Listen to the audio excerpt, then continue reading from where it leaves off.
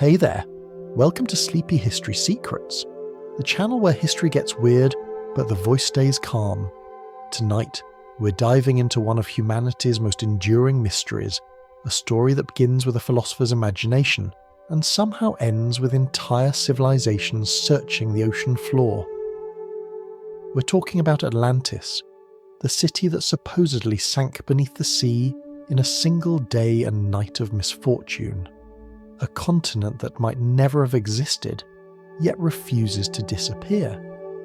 Before we set sail, take a moment to like the video or subscribe, but only if you truly enjoy falling asleep to humanity's bad decisions.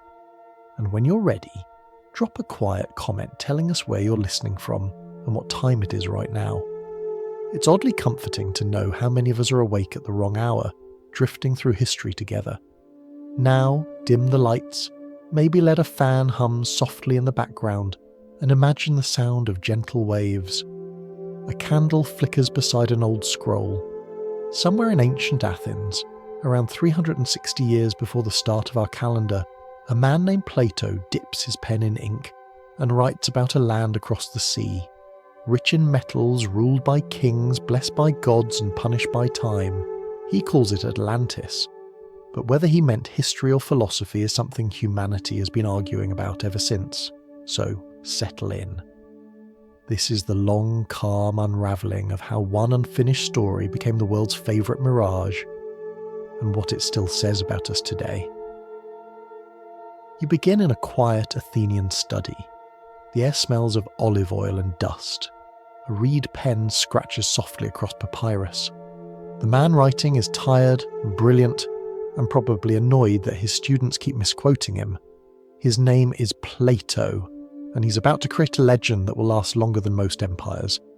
In his dialogue to Maius, he mentions it casually, almost as a side note. A tale passed down through an oddly complicated chain. Egyptian priests told it to Solon, the Athenian lawgiver, who told it to his relatives, who told it to Critias, who told it to Socrates, who told it to Plato. By the time it reaches you, it's already fifth-hand history. The original source, in other words, is a very eloquent game of telephone. According to the story, Atlantis was a vast island beyond the Pillars of Heracles. That's the ancient name for the Strait of Gibraltar, the narrow gate between the Mediterranean and the Atlantic. Beyond that point, Plato wrote, there was once a continent larger than Libya and Asia combined. Its people were powerful, disciplined and rich, in the way philosophers always find suspicious. He described a capital built in perfect circles, rings of land and sea, joined by bridges, surrounded by harbours, and crowned by a temple to Poseidon, god of the sea. Everything glowed with impossible wealth, walls lined with shining bronze, floors of orichalcum, fountains that poured both hot and cold water. In the centre stood the statue of Poseidon driving 6 winged horses. You can almost hear the hooves. Atlantis was, by all appearances, a moral experiment disguised as geography. Its kings were descended from gods, its cities were prosperous, and its armies enormous. But, as all Greek stories eventually do, the good days didn't last. Pride grew faster than wisdom. The Atlanteans tried to conquer the world, including Athens itself, but the gods had seen this film before. In Plato's version, the moral collapse is swift. The divine portion of their nature faded, greed took root, and the island that had everything somehow wanted more. Then, in a single day and night of misfortune, earthquakes and floods came, and Atlantis disappeared beneath the waves. That's it. The line that launched centuries of obsession. No footnotes, no coordinates, no survivors. Just a neat moral ending delivered with suspicious efficiency. The date, according to Plato, was about 9,000 years before Solon's visit to Egypt. That would make it around 9,500 years before our calendar began, a time when humans were still hunting with stone tools, which might be the first clue that we're dealing more with metaphor than with cartography. And yet there's a strange calm in how Plato tells it. No thunder, No divine rage. The destruction feels almost polite, as if the ocean simply folded its arms and reclaimed what wasn't meant to last. Plato never says whether he believes it himself. His dialogues were not travel journals. They were thought experiments about the ideal state, about the thin line between power and virtue. Athens in his story represents reason and restraint. Atlantis represents success that forgets where it came from. It's not geography, it's therapy. Still, you can see why readers couldn't resist taking it literally. The imagery is hypnotic. Shining walls, canals, glimmering in moonlight. A city so advanced that it almost feels futuristic. People love ruins, especially ones they can imagine rebuilding. There's also something strangely modern about Plato's setup. He writes about a world that destroys itself not through ignorance, but through achievement. A civilization that reaches its peak and then quietly collapses under the weight of its own brilliance. You can almost hear him sigh across the centuries. See, I told you. The irony, of course, is that Plato never finished the story. The dialogue Critias, which continues the tale, cuts off mid-sentence, right when the gods are about to deliver judgment.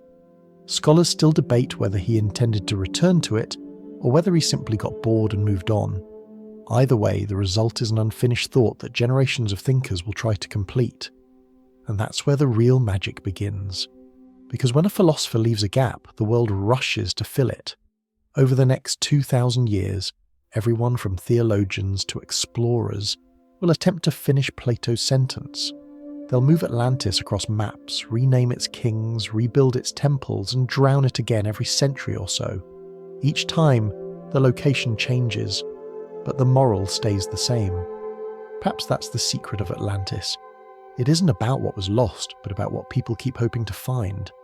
And somewhere in the quiet between Plato's lines, you can almost hear the sea, calm, endless, patient, waiting for humanity to read a metaphor as if it were a travel brochure. Imagine the sound of waves against stone, slow, patient, and eternal. Centuries later, the ink of Plato's story has long since dried, but the argument it started never has. In his dialogues, Plato draws two cities. One is Athens, the small, deliberate experiment in democracy and reason. The other is Atlantis, vast, wealthy, orderly, yet somehow hollow. The contrast is deliberate. One lives within its limits, the other forgets that limits exist. Plato's readers in ancient Greece would have understood this immediately.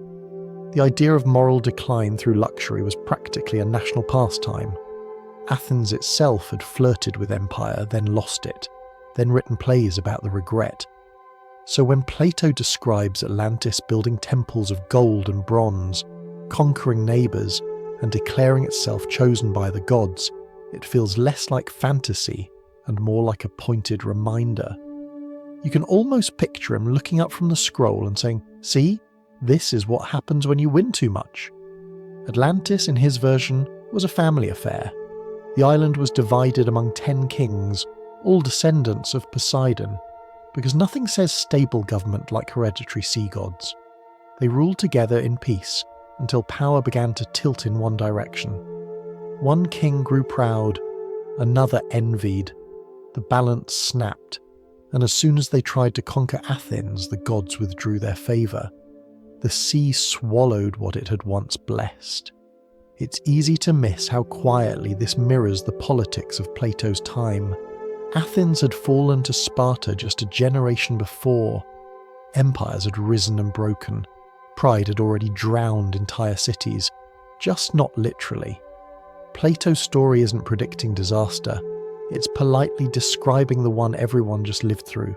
Still, the scale of Atlantis makes it seductive. He claims it was larger than Libya and Asia combined, which in modern terms would mean an island roughly the size of a small continent. And he dates its fall to 9,000 years before Solon's visit to Egypt, an age when humans, if they existed at all, were still chasing mammoths across frozen plains. Even in ancient times this was absurd, but that's the point. The number isn't a calendar date, it's a symbol of distance, a reminder that moral lessons work best when set impossibly far away. In a story meant to test human arrogance, the math is not meant to be solved. Think of it like a mirror placed just slightly out of focus. The details blur, but the meaning stays sharp. The more you look at Plato's Athens, the more you realise it's a moral prototype, a city built on moderation, philosophy and shared virtue. It's the version of civilization he wishes existed. Atlantis is the version that actually does. One endures through balance, the other collapses under brilliance. There's something almost modern about this tension, a warning about technology before the word existed, a caution about success before capitalism. The Atlanteans didn't fail because they were evil. They failed because they were efficient. They built, traded, expanded, and perfected themselves into extinction. If you listen closely, that line, a single day and night of misfortune, feels like both a punishment and a sigh. The gods don't rage or roar. They simply reset the world. No drama, no divine thunder, just quiet subtraction. Aristotle, Plato's student, wasn't impressed. He reportedly said, "The man who invented Atlantis also destroyed it."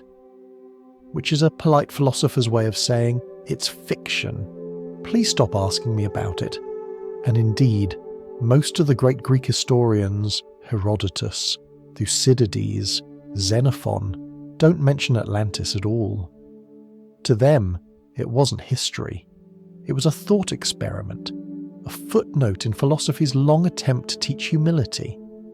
But that silence only made the myth stronger. People love what experts ignore. It leaves space for imagination, and imagination is far more durable than scholarship. After Plato's death, other philosophers began to treat Atlantis not as geography, but as allegory. In later centuries, the Neoplatonists, like Proclus, would write commentaries trying to decode its meaning, some claiming it was a real account, others insisting it was cosmic symbolism. They were still arguing 1,000 years later. Humanity, it seems, never met a metaphor it couldn't misplace in the ocean. If you could time travel to Plato's study and tell him what would happen next, he'd probably blink, then quietly pour himself more wine. He meant Atlantis to be a moral parable about pride and moderation. Instead, it became a global scavenger hunt. And yet, perhaps he would understand.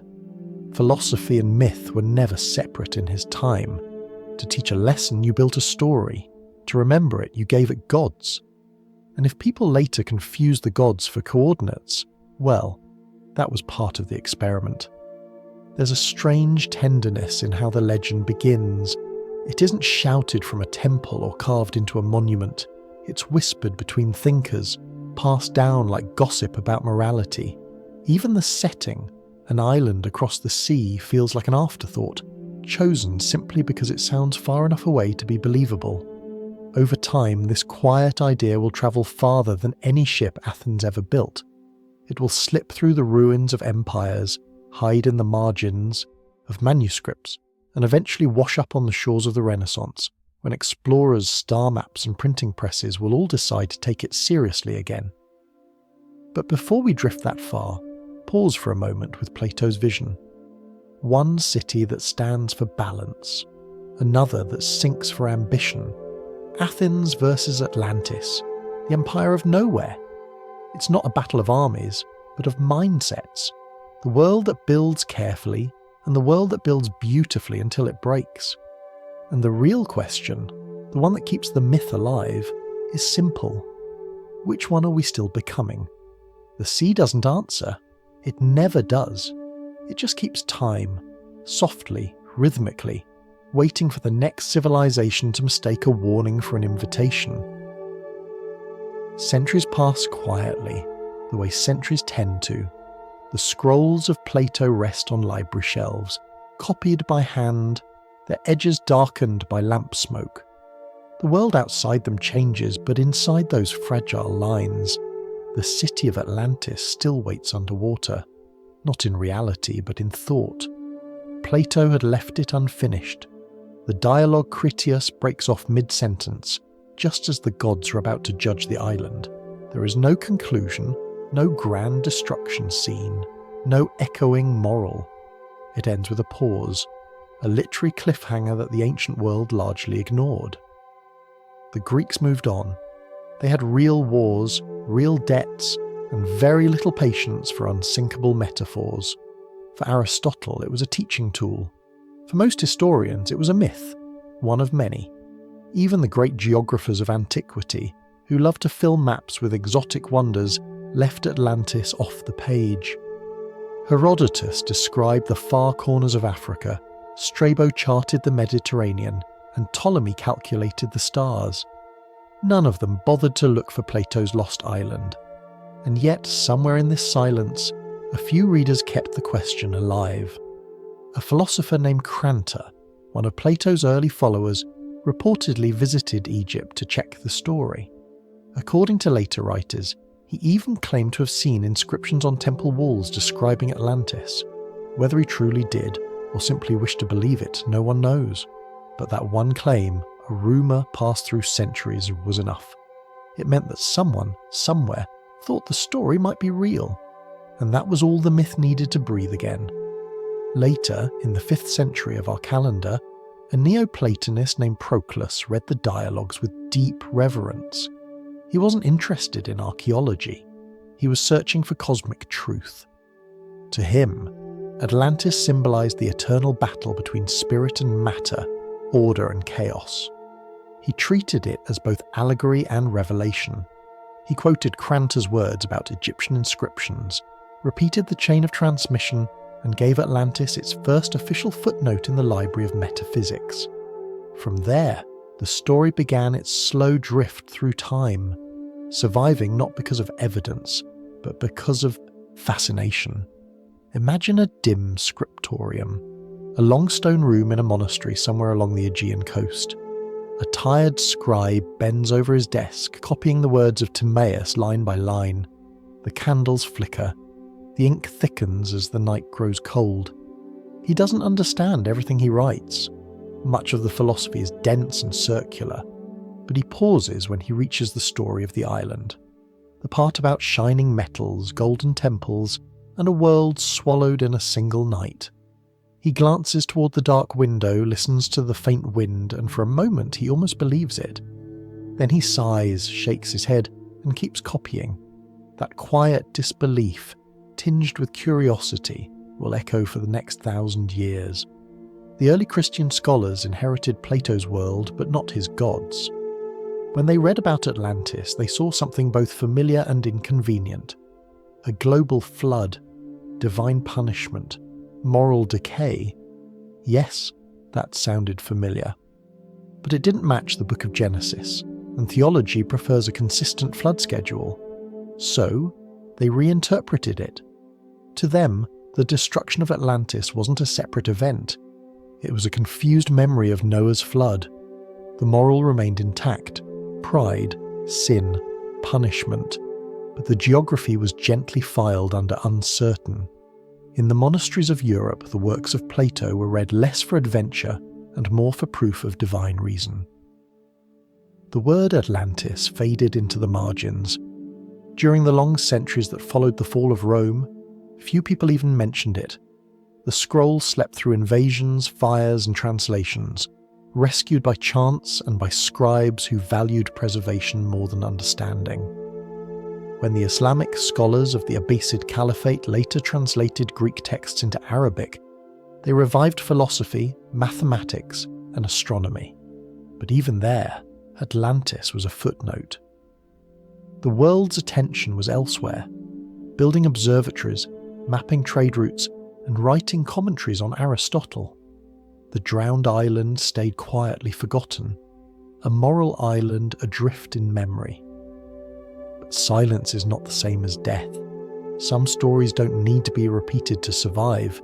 They wait for the right kind of listener, someone restless enough to ask, what if? By the early Middle Ages, Europe had mostly stopped searching for lost continents and started searching for salvation. Yet deep inside the libraries of Byzantium and later in Italy, Plato's dialogues endured. They were copied again, bound in leather, and carried across borders by monks and merchants. The Greek word Atlantis, dusty, fragile, and barely read, was still there, quietly waiting for the Renaissance to notice it. Looking back, it's remarkable how close the story came to disappearing entirely. One careless fire, one missing manuscript, and Atlantis might have remained a single obscure paragraph in a philosopher's lecture. But history, like the sea, has a strange habit of washing old. Things are sure just when the world is ready to rediscover them, and maybe that's part of its charm. The island that sank in a single day and night also vanished from memory for more than 1,000 years, only to rise again, not from the ocean, but from the dust of forgotten books. Before long, explorers will start crossing new oceans, mapmakers will sketch new worlds, and a few curious scholars will stumble upon this ancient tale and see in it something familiar, a story of ambition, discovery, and loss. They won't read it as allegory, they'll read it as possibility. After all, by the 15th century, everyone believed the world was bigger than the map suggested, and somewhere beyond the edges of those maps, an island was waiting. Atlantis will return to the surface again, this time not as philosophy, but as geography, and the hunt for it will be both absurd and beautiful. For now, though, it still sleeps in the margins of Plato's scrolls, halfway between myth and memory, between one unfinished sentence and the next curious reader. For a long stretch of centuries, Atlantis simply vanishes. Not beneath the waves this time, but beneath history itself. The ancient world that once debated Plato's ideas collapses into fragments. Empires fall, languages shift, and monasteries replace academies. Philosophy no longer wears a white robe, it now wears wool and prays at dawn. In the early Christian world, reason and revelation are forced to share a table, and reason is very much the quiet guest. The story of Atlantis, with its pagan gods and divine retribution, doesn't fit neatly into scripture, and so it becomes something else, a parable swallowed by another parable. When medieval scholars do mention it at all, they fold it into the story of Noah's flood. One grand deluge is enough for everyone. Why order a second? Still, fragments of Plato survive. In the libraries of Constantinople, carefully copied in Greek, his dialogues rest beside works of Aristotle, Galen, and Ptolemy. The scholars there don't hunt for Atlantis, they hunt for truth itself. They read Plato's words through a new lens, not as prophecy or geography, but as moral logic, proof that reason existed before revelation. Farther west in the Latin-speaking world, most people don't have access to those texts. They survive only in summary, like echoes of echoes. The monks who preserve them aren't chasing mysteries, they're chasing salvation. A copy of Timaeus sits closed on a wooden shelf, bound in calfskin, surrounded by sermons and psalters. The candle smoke curls above it, the dust settles, and the book quietly waits for a reader who can still read Greek. The Middle Ages are often painted as dark, but they're not truly dark, just dimly lit. The flicker of curiosity never goes out, it only burns low. Somewhere a scholar in a scriptorium traces the word Atlantis in fading ink, underlines it once, then moves on. No, one in his world has time for lost continents. There are plagues, crusades, and a growing belief that everything important has already been revealed in holy text. So the myth hibernates. Like a seed buried under frost, it waits for sunlight. There's something poetic in that long forgetting. Most myths die from overuse, worn out by repetition. Atlantis does the opposite. It survives by being ignored. It's the story that goes quiet until humanity is ready to misunderstand it again. Every now and then, though, a faint whisper surfaces. In a monastic commentary here, a Latin translation there, someone remembers that Plato once described a perfect city that sank because it grew too proud. It's mentioned briefly, then dropped, as if even the memory feels suspiciously pagan. Meanwhile, the world begins to change in ways that Plato could never have imagined. In the 11th and 12th centuries, Europe starts to wake up. Trade routes reopen. Arabic translations of Greek philosophy flow back through Spain and Sicily, carrying Aristotle, medicine, astronomy, and the old curiosity that never really dies. The rediscovery of ancient knowledge becomes an industry, and there, hidden among those scrolls, are the dialogues of Plato. By the late Middle Ages, small clusters of scholars begin to read him again. Cautiously, quietly, almost reverently, they admire his logic, his metaphors, his vision of a just society. But they still skip over the part about the island.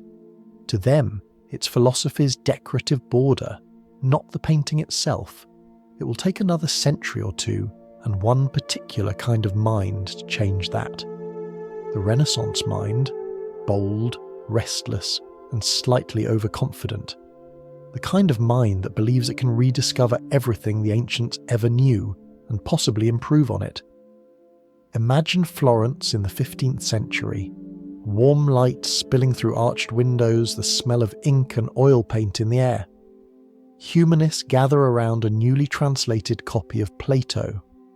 Marsilio Ficino, a scholar with a gift for enthusiasm, has just translated Timaeus into Latin.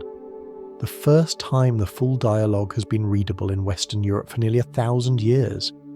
It's like someone has opened a window in a long-closed room, and as the fresh air rushes in, so does an old idea. For the first time since antiquity, people read the story of Atlantis not as a moral fable, but as a mystery worth solving. The world, after all, is expanding.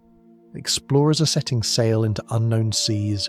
They're finding new islands, new continents, and new ways to be wrong about both.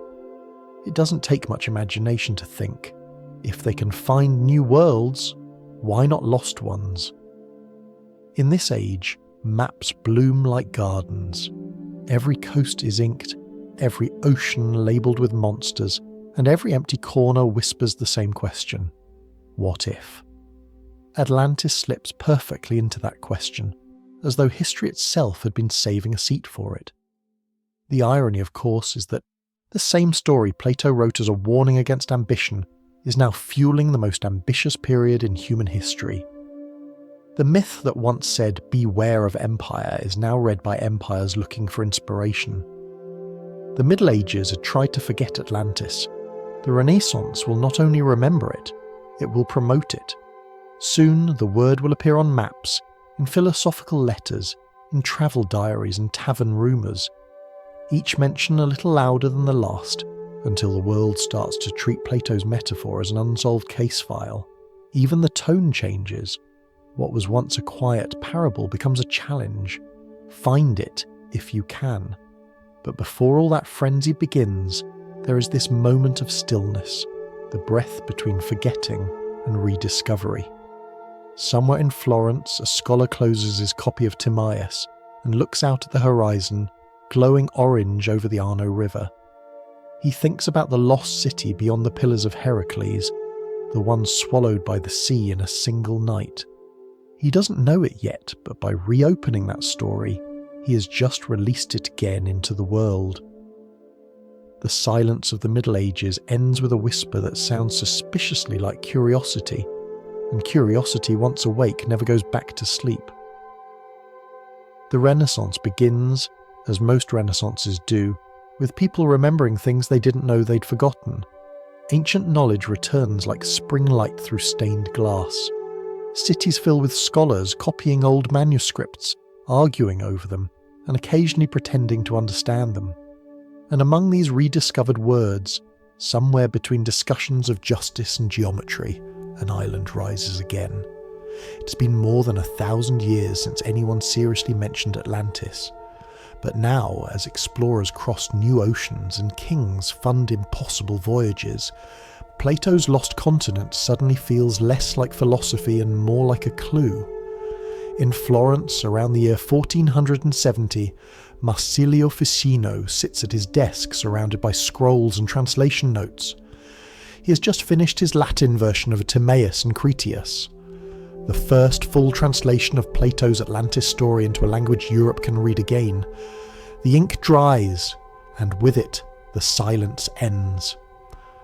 For centuries, the myth had been asleep. Ficino's pen wakes it. Outside his study, the world itself is changing faster than any myth can keep up. The printing press hums like a new heartbeat. Ships leave Italian ports heading west, south, anywhere the maps look empty. New stars appear in the sky charts. Every discovery blurs the line between legend and geography just a little more. It's hard to overstate how intoxicating that must have felt. Imagine being told for your entire life that the world was small and complete, then watching sailors come back with stories of entire continents you never knew existed.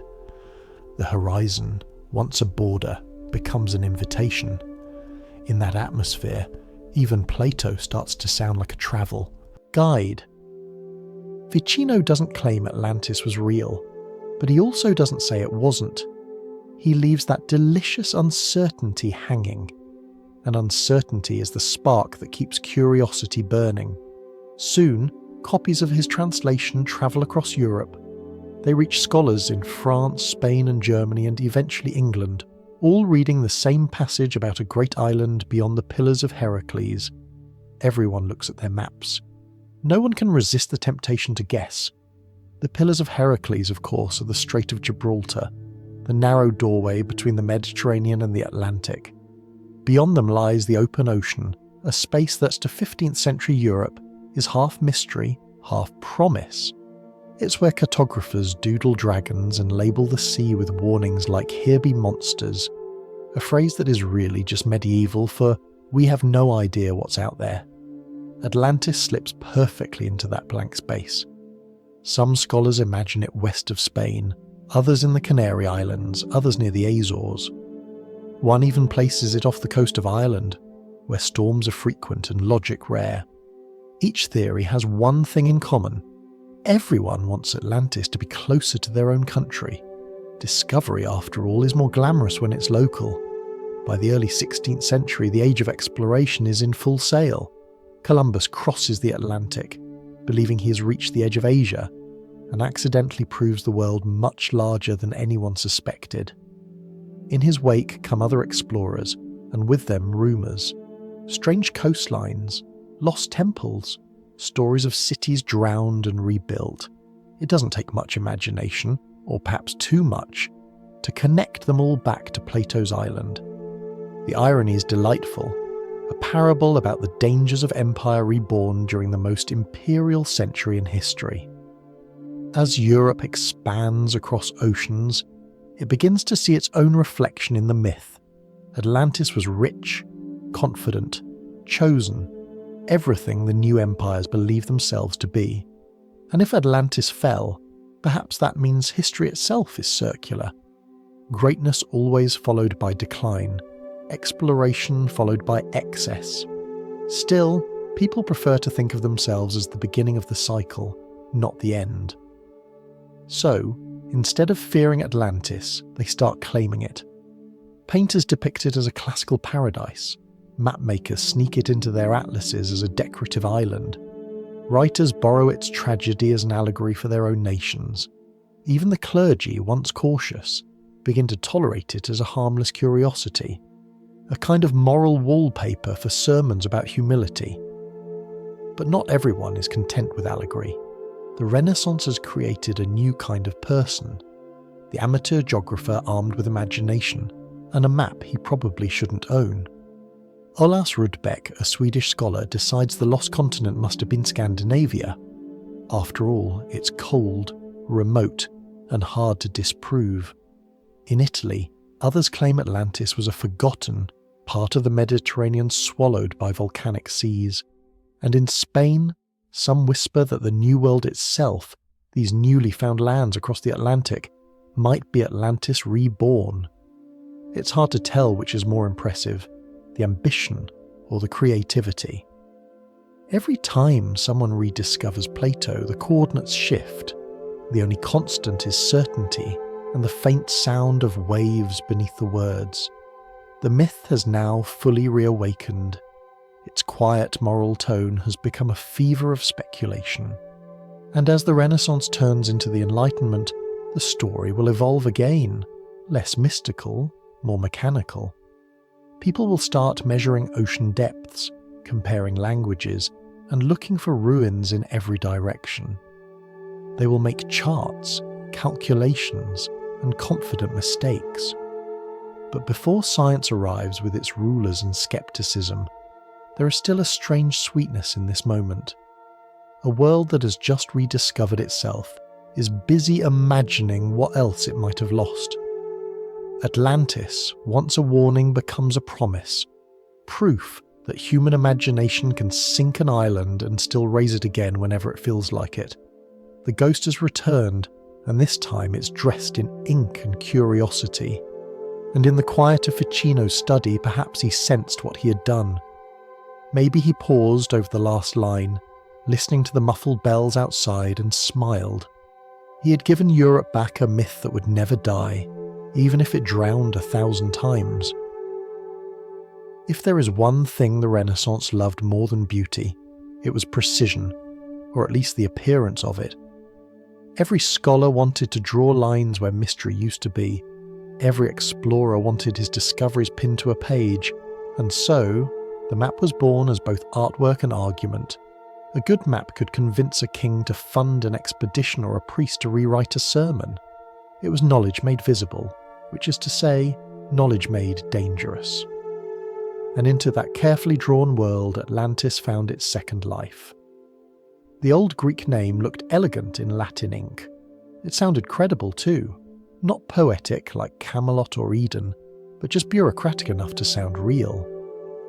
Atlantis fit perfectly into the blank corners of Renaissance maps, where facts ended and faith began. Cartographers worked like stage magicians. They mixed reports from sailors, rumours from ports, and half-translated notes from ancient texts, then arranged it all into something that looked deliberate. Somewhere west of Africa, an extra island might appear.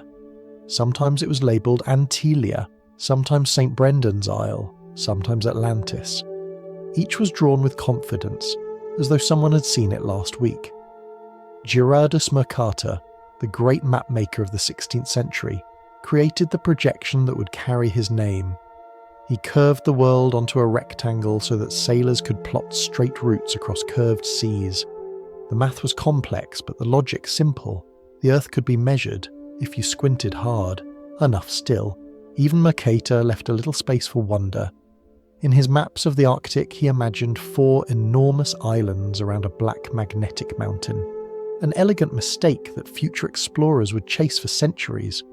The Renaissance was a paradox that way. It measured the heavens but filled them with angels. It drew the coasts of the Americas and still left dragons swimming offshore.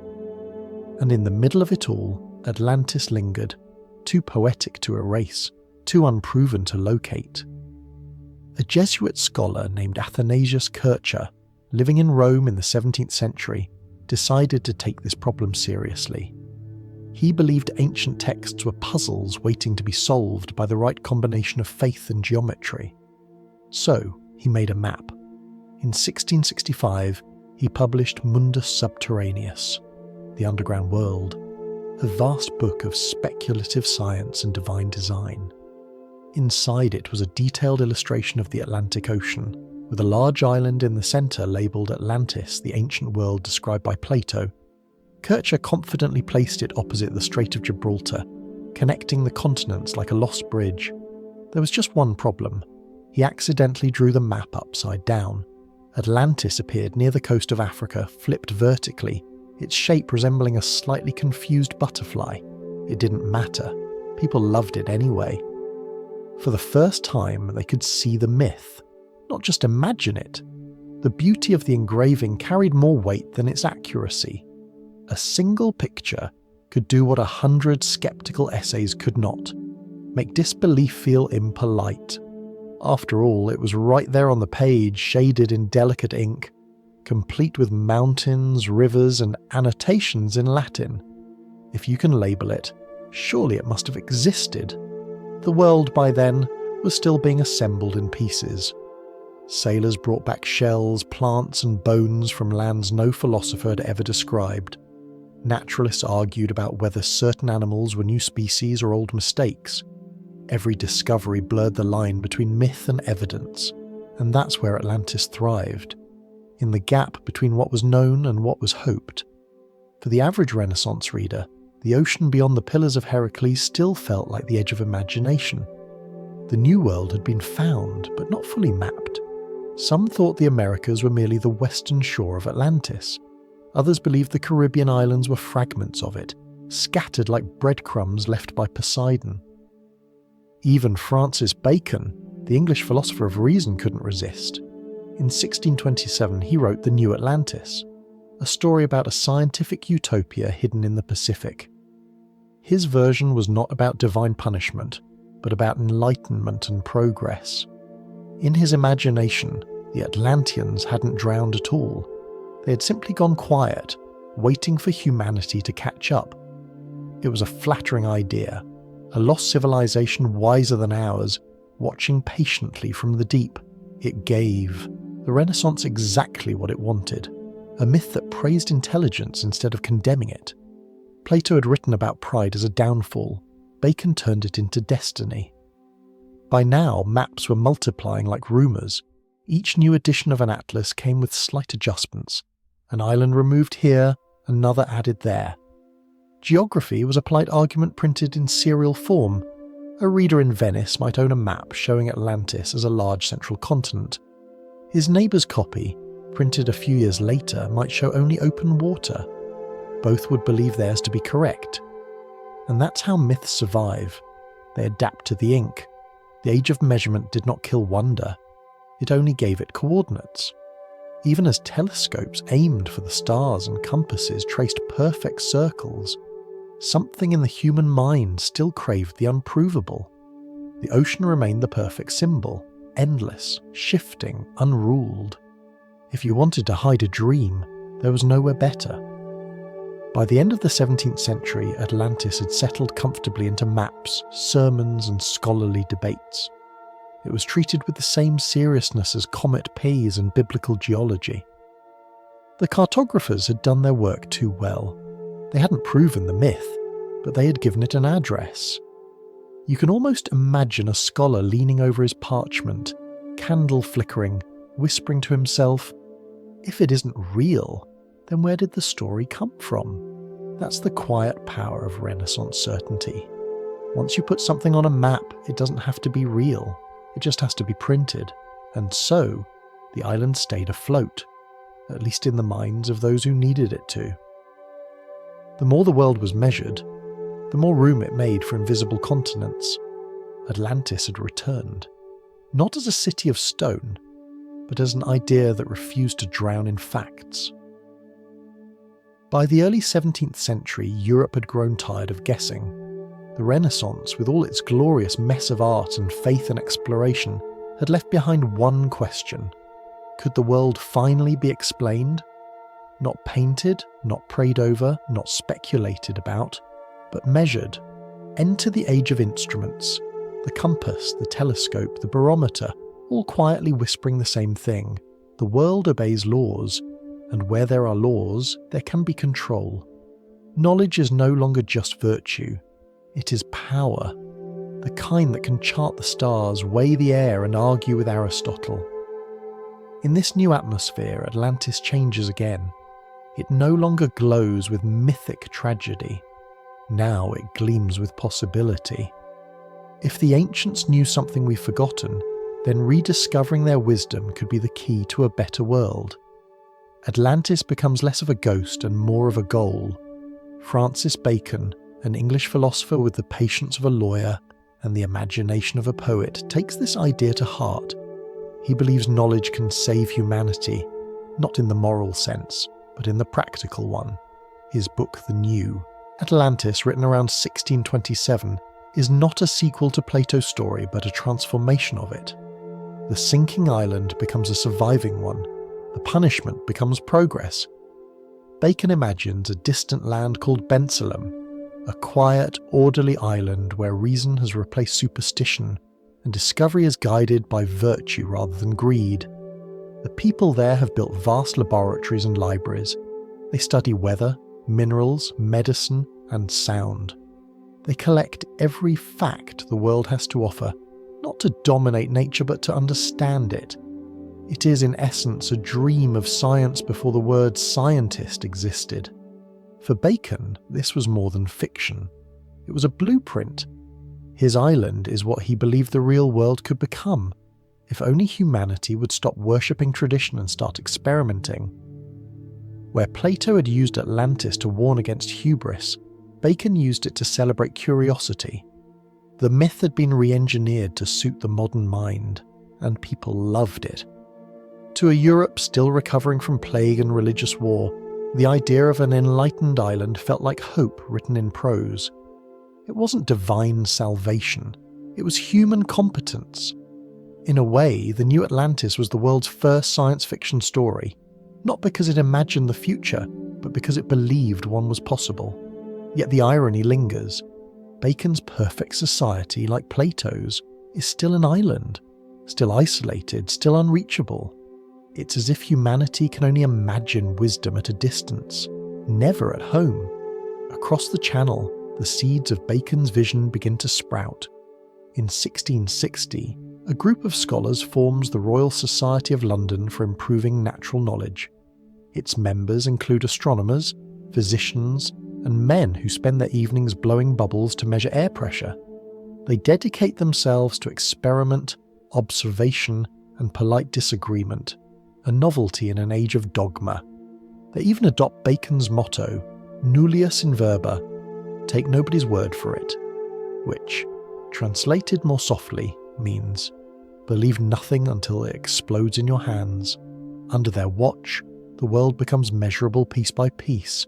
Stars are catalogued, blood circulates, planets obey laws rather than moods, and yet, even amid this fever of rationalism, the old longing doesn't fade. The scientists who dismiss Atlantis in the daylight sometimes dream of it at night. After all, every equation starts with a story. Meanwhile, explorers continue to map coastlines and return with tales of strange ruins and unfamiliar people. Some whisper that the civilizations of the Americas, with their pyramids, canals, and lost empires, must be the descendants of Plato's islanders. Atlantis begins to migrate across oceans again, riding the wind of discovery and assumption. In Spain, a few scholars claim the Aztecs inherited the wisdom of Atlantis. In England, pamphlets argue that the Mayans built their temples with forgotten technology. And in Paris, the salons discuss whether all knowledge began on one vanished continent, scattered after the flood like seeds in the soil of the world. It is the kind of speculation that sounds rational if you say it slowly enough. What the Enlightenment proves, perhaps better than anything, is that even reason needs its poetry. You can measure the Earth's circumference, but you still need a story about why it matters. Atlantis, with its promise of perfection lost and wisdom forgotten, becomes that story. The mirror that flatters science into thinking it's moral. Bacon's Bensalem isn't meant to replace faith, it's meant to complement it. But as the centuries pass, the tone shifts again. The optimism of discovery turns into the arrogance of certainty. Europe begins to see itself as the enlightened centre of the world, and the rest of the globe as its shadow. The idea of a new Atlantis slowly morphs into the idea of civilizing others, not through understanding, but through conquest. It's a strange reversal. Plato warned that moral decay follows power. Bacon dreamed that wisdom would replace power. And the Enlightenment, convinced it had achieved both, quietly repeated the same mistake. Still, amid all the hubris, there's something tender about Bacon's dream. He imagined a world where people built institutions of learning instead of temples, where progress was a shared inheritance, not a competition. And in that at least, his version of Atlantis did survive. In laboratories, libraries and classrooms, where knowledge is gathered piece by piece, like shells from a beach that never stops changing. You can almost picture him, an aging scholar by candlelight surrounded by books and drafts, believing that the mind, like the sea, could be explored forever. He never finished the new Atlantis. It breaks off mid-paragraph, just as Plato's Critias did. Another unfinished island, another mystery left open. Maybe that's the curse of Atlantis. Every time someone tries to describe perfection, the pen stops. By the 18th century, Europe had learned to say the word reason, the way monks once said, Amen. The Enlightenment promised light in every corner where mystery had once been comfortable. Telescopes replaced prophecies, measurements replaced miracles, and faith, in its newest form, was placed not in gods, but in certainty. It was a strange kind of faith, born from exhaustion. After centuries of religious wars and royal decrees, people were ready to believe in something that could be written down, tested, and politely argued over at dinner. The world, they said, was finally knowable. Atlantis did not vanish under this new clarity. It adapted. It slipped from theology into geology, from myth into hypothesis. The thinkers of the Enlightenment still loved Plato, but they treated him like an old professor whose lectures needed correcting. They read Timaeus and Critias with magnifying glasses instead of reverence, counting distances, converting measurements, and frowning politely at the math.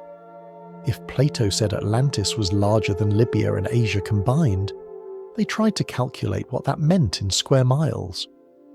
If he said it sank 9,000 years before Solon, they checked the calendars and found it awkward. If the temples were covered in shining metals, they looked for ancient mines to explain it. In short, they took a moral parable and treated it like a nautical report. One French scholar, Jean-Sylvain Bailly, proposed that Atlantis had actually been a northern landmass near the Arctic, long lost to ice and time. Others, less cautious, moved it back to the mid-Atlantic, where the ocean floor's ridges looked conveniently like mountain ranges on old maps. Each theory tried to keep the myth alive by dressing it in scientific vocabulary. But the problem was the same one Plato had left behind. The story was too perfect. It contained just enough detail to sound real, and just enough mystery to survive being disproven. Meanwhile, the great explorers continued to report things that confused everyone. Fossils of sea creatures found high in the Alps, ancient shells embedded in mountainsides, bones of elephants buried in Europe. All of it seemed to suggest that the world itself had changed shape, that land and sea might trade places over time. To a public newly addicted to discovery, it sounded suspiciously like a planet that could, indeed, swallow an island whole. For a moment, even skepticism became romantic. The more scientists doubted, the more dreamers insisted. Atlantis became a polite argument between two kinds of people, those who wanted to explain the past and those who wanted to feel it. Voltaire, with his usual dryness, declared that Atlantis existed, in every bookshop between the covers of Plato's dialogues and nowhere else. Denis Diderot, editing his Encyclopédie, included the entry only because, as he said, it seemed impolite to exclude a continent so many people enjoyed. The Enlightenment's greatest strength was also its greatest weakness. It questioned everything except its own confidence. It doubted God, kings, and myths, but it never doubted that reason itself was infallible. And so, while thinkers dismantled superstition, they quietly built a new kind of legend, a myth of the rational mind, an Atlantis of intellect rising from the ruins of ignorance. You can almost imagine an 18th century salon in Paris, soft candlelight, powdered wigs, and a heated debate over wine. One man insists the lost continent lies under the Atlantic ridge. Another counters that it must be a mistranslation of Egyptian records. A woman, far more sensible, interrupts to ask, "And what does it matter if it sank? We seem quite capable of replacing it ourselves." The men nod, then go back to arguing. Even Isaac Newton, in his quieter moments, wondered whether the Earth might shift and tilt over. Time. A thought that gave myth just enough room to breathe again. When reason grows too confident, It begins to find poetry in its own shadows. By the late 18th century, the Enlightenment had filled Europe's libraries with new sciences: geology, archaeology, anthropology, each trying to explain what Plato once described in metaphor. They studied ruins, measured strata, compared artifacts. Some began to suspect that civilizations rise and fall not by divine punishment, but by the slow patience of time. Erosion replaced wrath. Climate replaced curse. The ocean didn't need anger to erase a city. It only needed centuries. And that realization changed everything. If natural forces could do what gods once did, then myth no longer felt impossible, just premature. The idea that Atlantis might represent a real ancient culture lost to natural disaster suddenly sounded reasonable. Perhaps there really had been a society advanced for its age, one destroyed by flood or earthquake. Santorini, Crete, the Mediterranean. Somewhere, maybe, memory had fossilized into myth. The paradox was perfect. The Enlightenment set out to destroy superstition and ended up giving it better tools.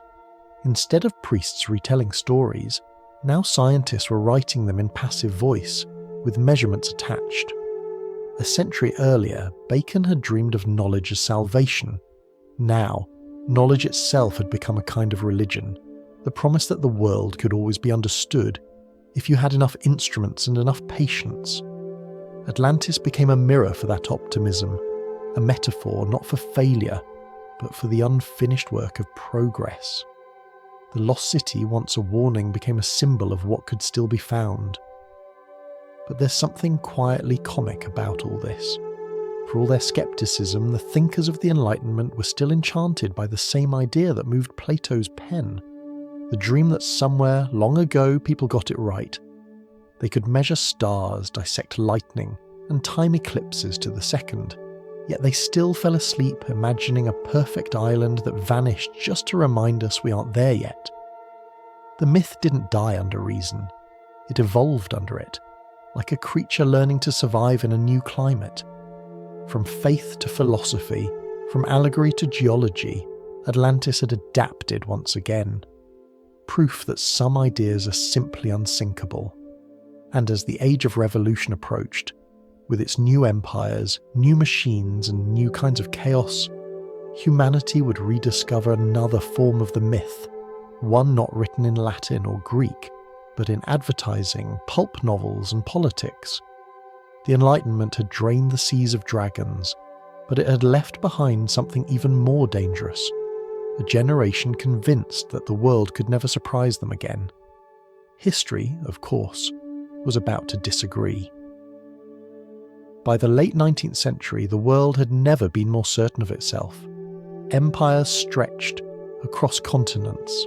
Steamships cut through oceans like clockwork. Telegraph wires whispered through deserts and over mountains. Everything, it seemed, was measurable, mappable, and manageable, which, of course, meant people were about to start believing in Atlantis again. The year is 1882. A former congressman named Ignatius Donnelly sits at a desk piled with papers, surrounded by the sound of quills, rain, and self-confidence. He's not a professional scholar, though that has rarely stopped anyone from rewriting history. Donnelly is a man of big ideas and even bigger sentences. In his study in Minnesota, a location notably distant from any ocean, he's about to give Atlantis its greatest comeback in 2,000 years. His book, Atlantis, the Antediluvian World, appears that same year. The title alone promises importance. Antediluvian means before the flood, because before common sense would have been impolite. In 500 pages of enthusiastic argument, Donnelly connects everything to everything else: Egyptian pyramids, Atlantean, Mayan temples, Atlantean, early agriculture, metalwork, astronomy, language, the invention of the alphabet, all somehow Atlantean. If two civilizations used stones or looked at the stars, it meant they shared the same ancient homework. Donnelly's logic is simple and therefore irresistible.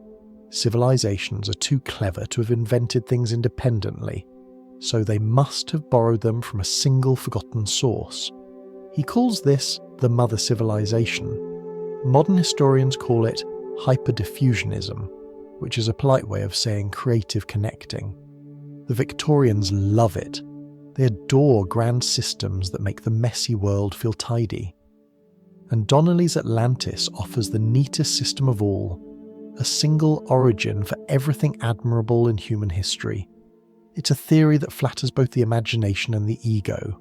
After all, if civilization began on a great lost continent, perhaps the current empires are just its heirs.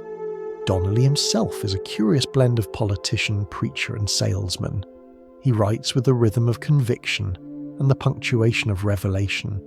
He quotes Plato as if the philosopher were testifying in court. His footnotes multiply like coral reefs. Each page drips with certainty. He does not merely believe in Atlantis, he campaigns for it. What makes the book successful isn't its evidence, there is almost none, but its comfort. In an age of rapid change, industrial smoke, and social anxiety, Atlantis. The antediluvian world reassures readers that all cultures are branches of one ancient tree. No one is primitive. Everyone is descended from greatness. The past, instead of being chaotic, becomes unified. And unity, in a divided century, sells better than truth. Donnelly's Atlantis is not a warning like Plato's. It's a homecoming. A place where civilization was pure, inventive, and harmonious, before floods, wars, and misunderstandings ruined it.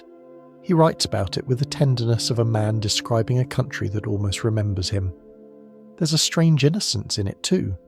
When Donnelly explains that Atlanteans invented writing and distributed it across continents, he genuinely believes he's building bridges, not illusions.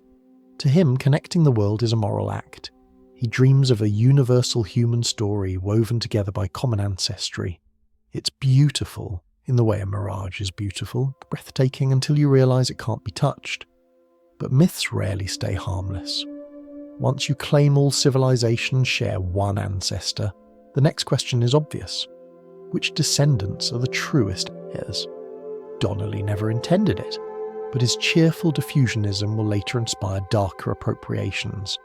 A few decades on, nationalists and mystics will twist his theory into new hierarchies, arguing that their own people are the surviving Atlanteans. Still, none of that is Donnelly's fault. He died believing he had rescued history from confusion.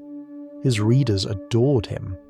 The antediluvian world went through multiple printings and translations. Newspapers reviewed it alongside novels. Book clubs discussed it. It was, for its time, a cultural event, part science, part sermon, part bedtime story for an anxious civilization. You can almost see the Victorian household gathered around the fire, someone reading aloud, "Atlantis, the cradle of mankind." A pause, nods of approval, a sip of tea, and the comforting sense that somewhere, long ago, humanity had already solved everything, and we are merely rebuilding what was lost. In the same decade, Charles Darwin's ideas are still rattling society. Evolution has made creation a slow, uncertain process. People crave order, and Donnelly provides it. Atlantis replaces the Garden of Eden with a version you can draw on a map. It's faith upgraded for the age of steam. There's also something delightfully modern about his approach. He collects evidence like a man browsing the early internet, fast, confident, and allergic to doubt. He compares myths, architecture, languages, and flood legends, weaving them into a single glittering web. If he were alive today, he'd have a YouTube channel and a 10-part series called Atlantis, the evidence they don't want you to see. For all its flaws, Donnelly's book changes the conversation. It moves Atlantis out of philosophy and into popular culture. Scholars roll their eyes, but the public listens. Atlantis, once a cautionary fable about hubris, becomes a celebration of ingenuity. The island stops sinking and starts selling. By the end of the 19th century, the myth has officially joined the modern world. It sits comfortably beside seances, spiritualism, and the first stirrings of archaeology. The age of pseudo-history has arrived, stories written with the tone of scholarship and the evidence of imagination. In a way, Donnelly was right about one thing. Atlantis was a common ancestor, not of civilizations, but of theories that sound right when the lighting is good. And as the printing presses hum and copies of his book spread across continents, Plato's unfinished thought finally finds its most enthusiastic editor. Atlantis, after 2 millennia, has found what it always needed: a publisher with ambition. Some myths drown quietly, others learn to swim in ink. By the end of the 19th century, the world was growing louder. Factories roared, trains screamed, and the future arrived daily in clouds of smoke. Some people stared into this modern dawn and saw progress. Others stared a little longer and saw only exhaustion. It was in this tired, glittering century that a new version of Atlantis appeared, one that promised not knowledge, but meaning. The island that Donnelly had filled with history would now be filled with souls. The year is 1888. A Russian noblewoman named Helena Petrovna Blavatsky sits in a darkened parlour in London. Cigarette smoke curls above her like incense. The room smells faintly of tea, candle wax and curiosity. She's surrounded by books on philosophy, Hinduism, ancient Egypt, and whatever else her publishers could afford. In her lap lies the second volume of The Secret Doctrine, the cornerstone of her movement, Theosophy. Theosophy promised something audacious, that all religions, myths and sciences were fragments of one universal truth. It was an age-old dream rewrapped in new vocabulary, enlightenment for the industrial soul. And at the centre of this cosmic story stood Atlantis, shimmering like a lighthouse in a fog of incense. In Blavatsky's universe, Atlantis was not just a place. It was a phase of human evolution, one of several root races that rose and fell through cosmic time. Before them, there had been the Lemurians, gentle giants of spirit and sunlight. After them would come the Aryans, the race of intellect and invention. It was a strange cosmology, half borrowed from ancient myths, half assembled from the footnotes of exhausted encyclopedias. To her followers, it felt like revelation. Atlantis was now a moral classroom, not a continent. Its fall was not a disaster, but a graduation. Humanity, she said, had to drown a few times to wash away ignorance. If Plato had written the myth as a political metaphor, Blavatsky turned it into a spiritual elevator, descending and ascending through reincarnation, karma and cosmic memory. The world, in her telling, was an endless cycle of civilizations rising, falling and learning, each illuminated by higher vibrations. It was irresistible. People wanted to believe that suffering meant progress, that disaster was not punishment, but refinement. And in an era when machines were replacing mystery, Theosophy offered a universe that still felt enchanted. Theosophists gathered in drawing rooms across Europe and America. They held seances, discussed karma between courses, and imagined continents glowing beneath the sea. There were charts of evolution drawn like family trees, each root race branching toward enlightenment. Atlantis, in their minds, gleamed not with orichalcum or marble, but with moral superiority.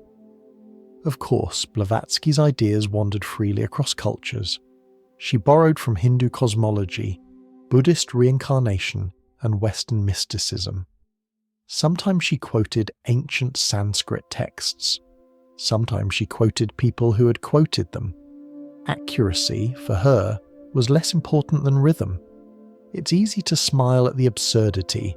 7 root races, crystal technologies, psychic Atlanteans who could move mountains by thought.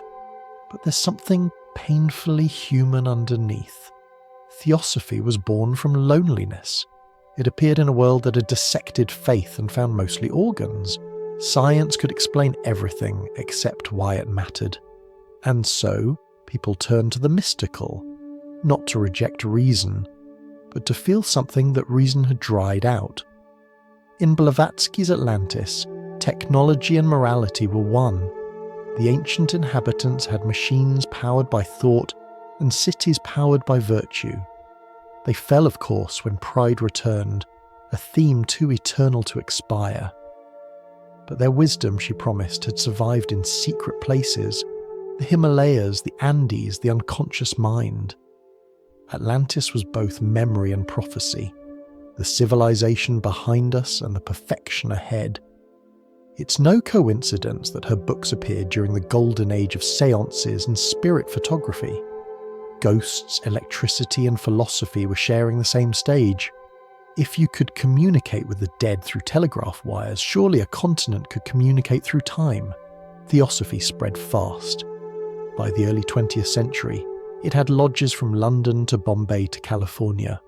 Writers, artists, and mystics all joined, delighted by the promise that truth had always been a global collaboration. Painters sketched glowing temples rising from turquoise seas.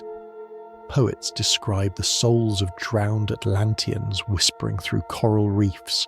And in a curious echo of Plato, the story again became a mirror, this time reflecting the moral anxiety of modern life. But there was a quiet cost. Theosophy's talk of root races would later be borrowed, without irony, by ideologies far less spiritual.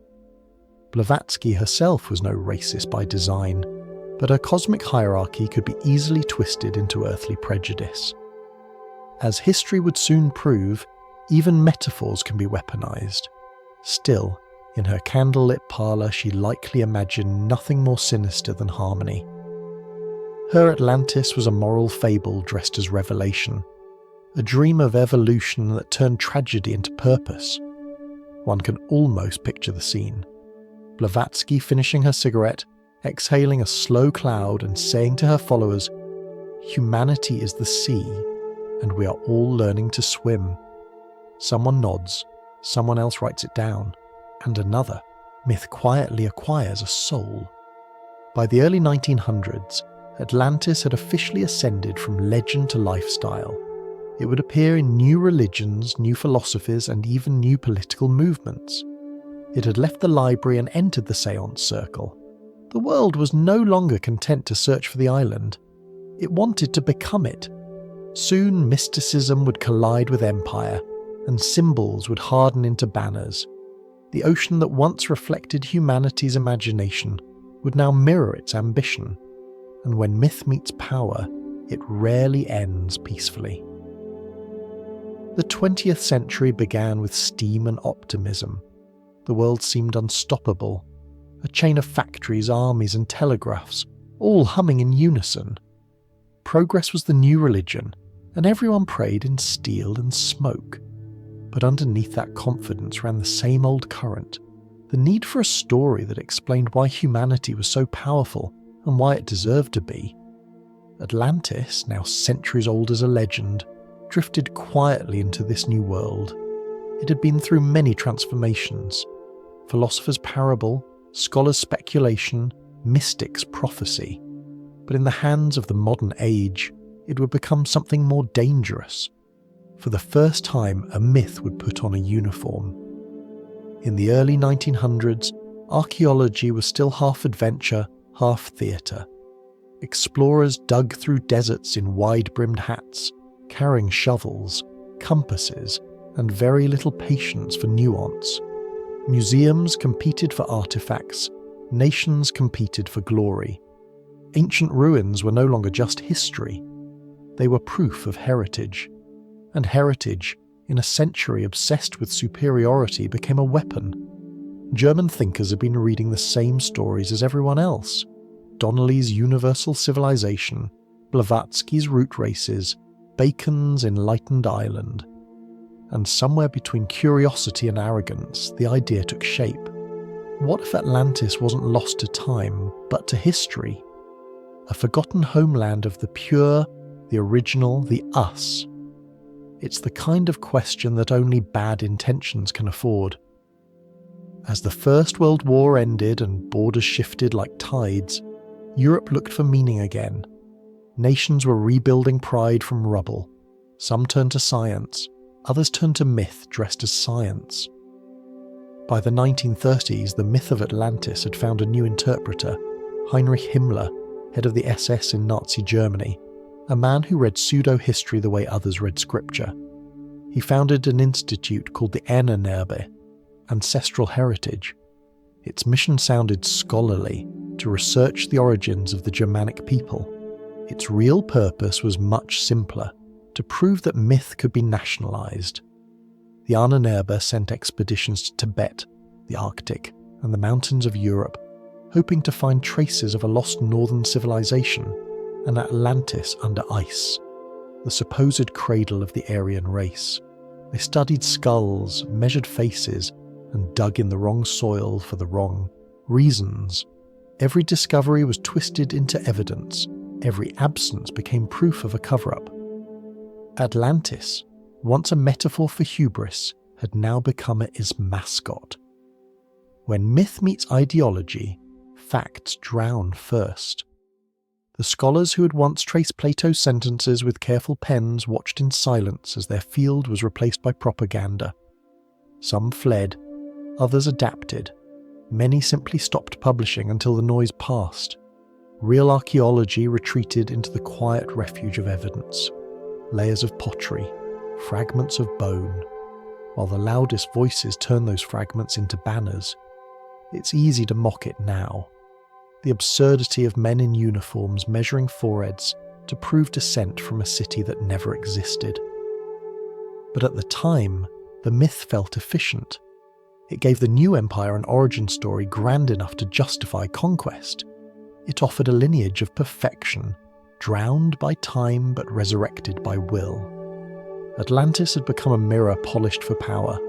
Meanwhile, the ocean, the actual one, was busy reminding the world that arrogance sinks. The Titanic had gone down in 1912, a modern Atlantis by another name. Later, icebergs would take on a new symbolism: cold, indifferent, inevitable. Every empire eventually meets one. During the Second World War, as bombs fell and continents burned, Atlantis appeared again in speeches and propaganda posters, not by name, but in tone. Talk of destiny, purity, rebirth, all of it borrowed from a drowned island repurposed for politics. Plato's warning about moral decay had finally come true, though in a way he could never have imagined. And when the war ended, the myth lay in ruins beside everything else.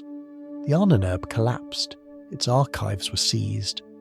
The supposed discoveries turned out to be forgeries, misread artifacts, or ordinary rocks promoted beyond their dignity. The dream of an ancestral Atlantis evaporated in the smoke of defeat. In the aftermath, scholars returned to the quieter kind of truth. Slow, verifiable, deeply unromantic. They excavated ruins not to claim them, but to understand them. They measured stones, not skulls. They mapped trade routes instead of bloodlines. And in the silence of those dig sites, you can almost feel history exhale. The irony is painful but precise. Atlantis had begun as a story about the fall of a proud civilization. By the mid-20th century, it had become part of another civilization's fall, one that mistook myth for evidence and faith for superiority. Even so, the legend refused to vanish. The same curiosity that had been weaponized in Europe found gentler expression elsewhere, in novels, pulp magazines, and seaside speculation. Writers began to reclaim the myth for imagination rather than ideology. Atlantis was back where it belonged, in the realm of dreams and questions, but scars remain. When a myth is used to divide, it never fully recovers its innocence. After the war, Atlantis could no longer stand only for mystery.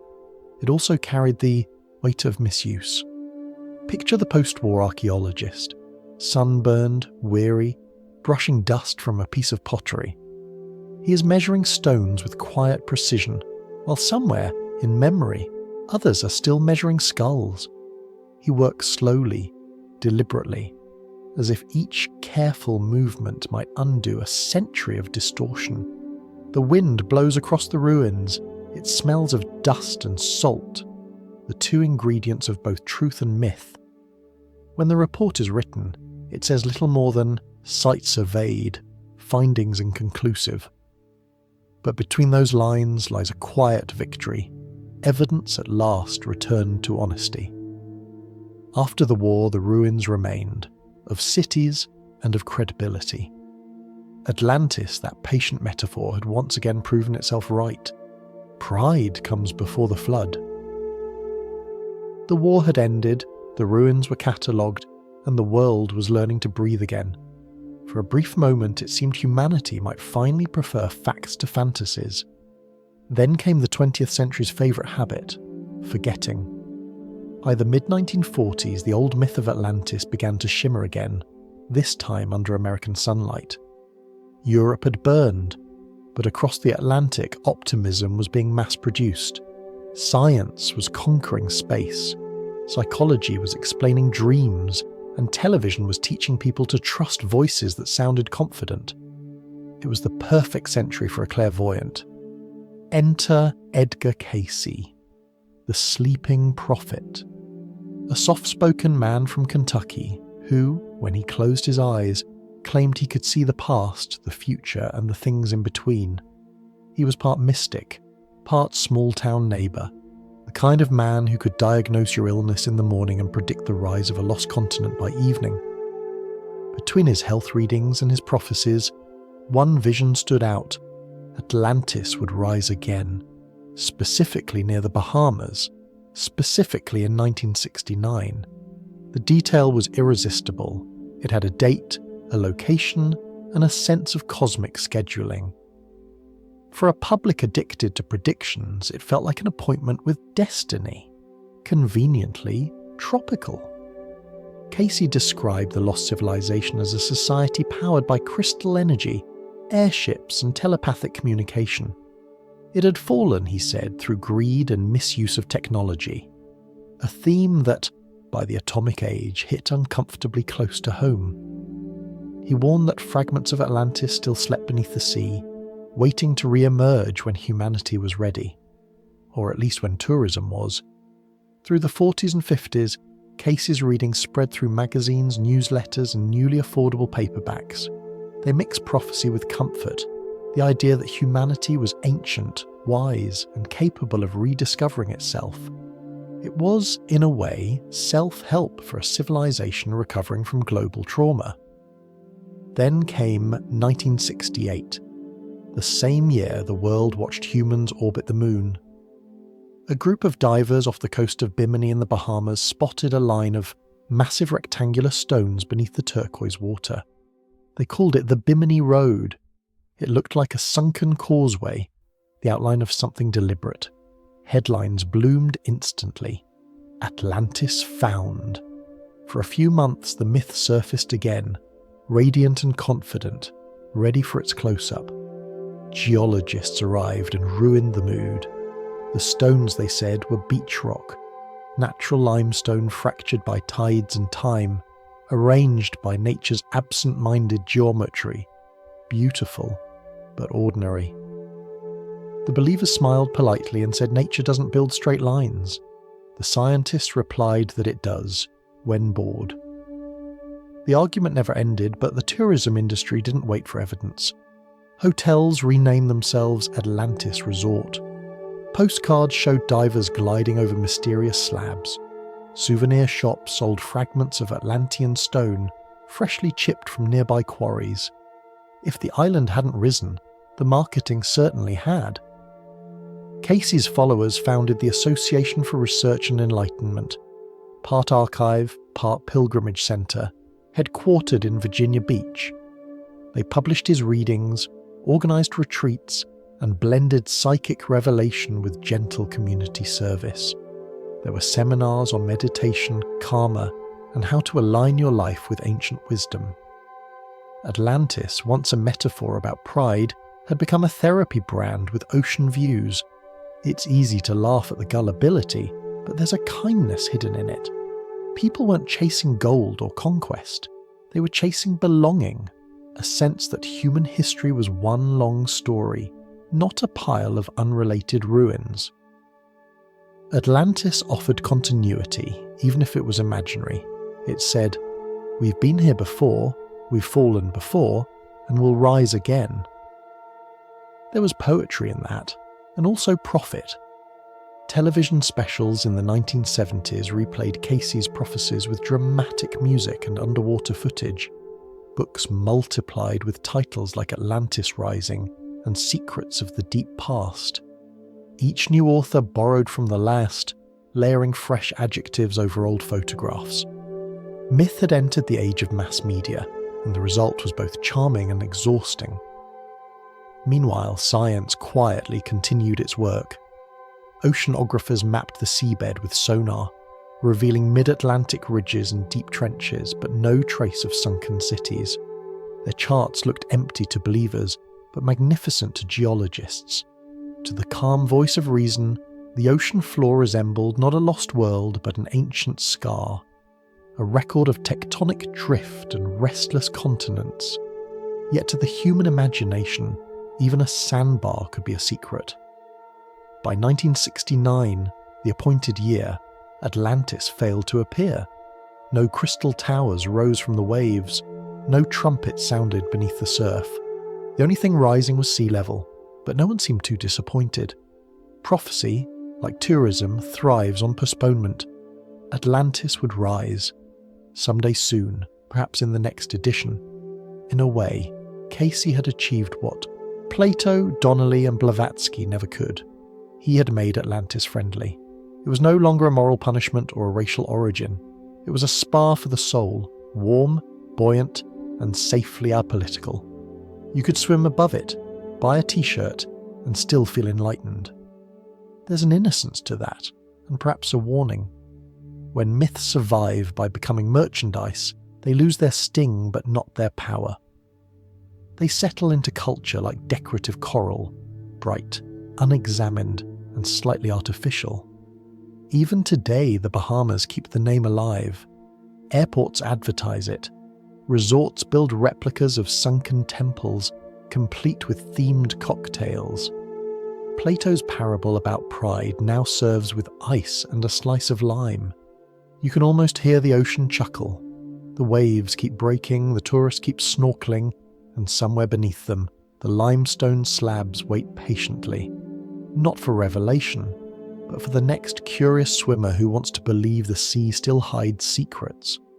Atlantis didn't rise in 1969, but hope did, and that, in the end, may have been the point all along. The 20th century had learned two contradictory lessons: how to dream big and how to measure precisely. Atlantis, unfortunately, lived between the two. By the 1950s and 60s, technology had replaced prophecy. Sonar had replaced seers. Ships now scanned the ocean floor with quiet pings of sound, turning myth into data. And the results were disappointing, which is to say, scientific. Oceanography was maturing fast. The new maps of the Atlantic showed a deep central ridge running like a scar through the seafloor, a wound slowly healing as continents drift apart. It was grand, majestic, and profoundly unromantic. There were no city walls, no temples, no ancient highways stretching into the deep. Just rock, layered, fractured, and old beyond imagination. The discovery of plate tectonics reshaped everything. Continents, it turned out, move, but not that politely. They drift by millimeters each year, scraping past one another, colliding, building mountains and tearing open oceans. To geologists, this slow dance was beautiful. To Atlantis believers, it was inconvenient. The new science said the Atlantic Ocean had been open for over 100 million years. Atlantis, which Plato claimed vanished 9,000 years before Solon's time, would have needed to survive roughly 99 million birthdays first. Still, the faithful weren't ready to surrender. They pointed to underwater ridges, plateaus, and oddly shaped formations, insisting they could only be man-made. Geologists smiled gently and said, "Nature is a patient sculptor. waves carved more neatly than masons ever could. But the myth resisted erosion. Scientific papers about seafloor spreading often found themselves cited by Atlantis enthusiasts, sometimes without reading past the title. One report describing volcanic rock was reprinted in a popular magazine as evidence of Atlantean ruins. When challenged, the editor shrugged. "The rocks are definitely there," he said, which was true, just not helpful. By now, archaeology itself was changing. No longer the adventurous treasure hunt of the Victorian age, it had become a discipline of quiet patience. Trowels replaced shovels, brushes replaced imagination. Each layer of soil became a slow sentence in the story of human time. Archaeologists studied the ancient world through fragments, pottery, tools, bones, pollen grains. It was unglamorous work, and that was its strength. They were reconstructing history one breadcrumb at a time. Compared to that, Atlantis looked like an impatient shortcut, a way to skip the slow, careful reading and jump straight to the grand conclusion. In a sense, it mirrored the century itself. Humanity was sending rockets into orbit, splitting atoms, decoding genes, yet still craving simple explanations. The more complex reality became, the more comforting a single lost continent sounded. Atlantis was the ultimate reset button, the place where civilization began and could perhaps begin again. But the ocean refused to cooperate. As sonar surveys expanded, each new expedition found the same thing: depth, pressure, silence. A seafloor shaped not by hands but by heat and time. Every mountain range beneath the water was volcanic, every plain made of sediment. The Atlantic floor lay like an open book, and every page we turned said quietly, "No city here." Of course, that didn't stop television.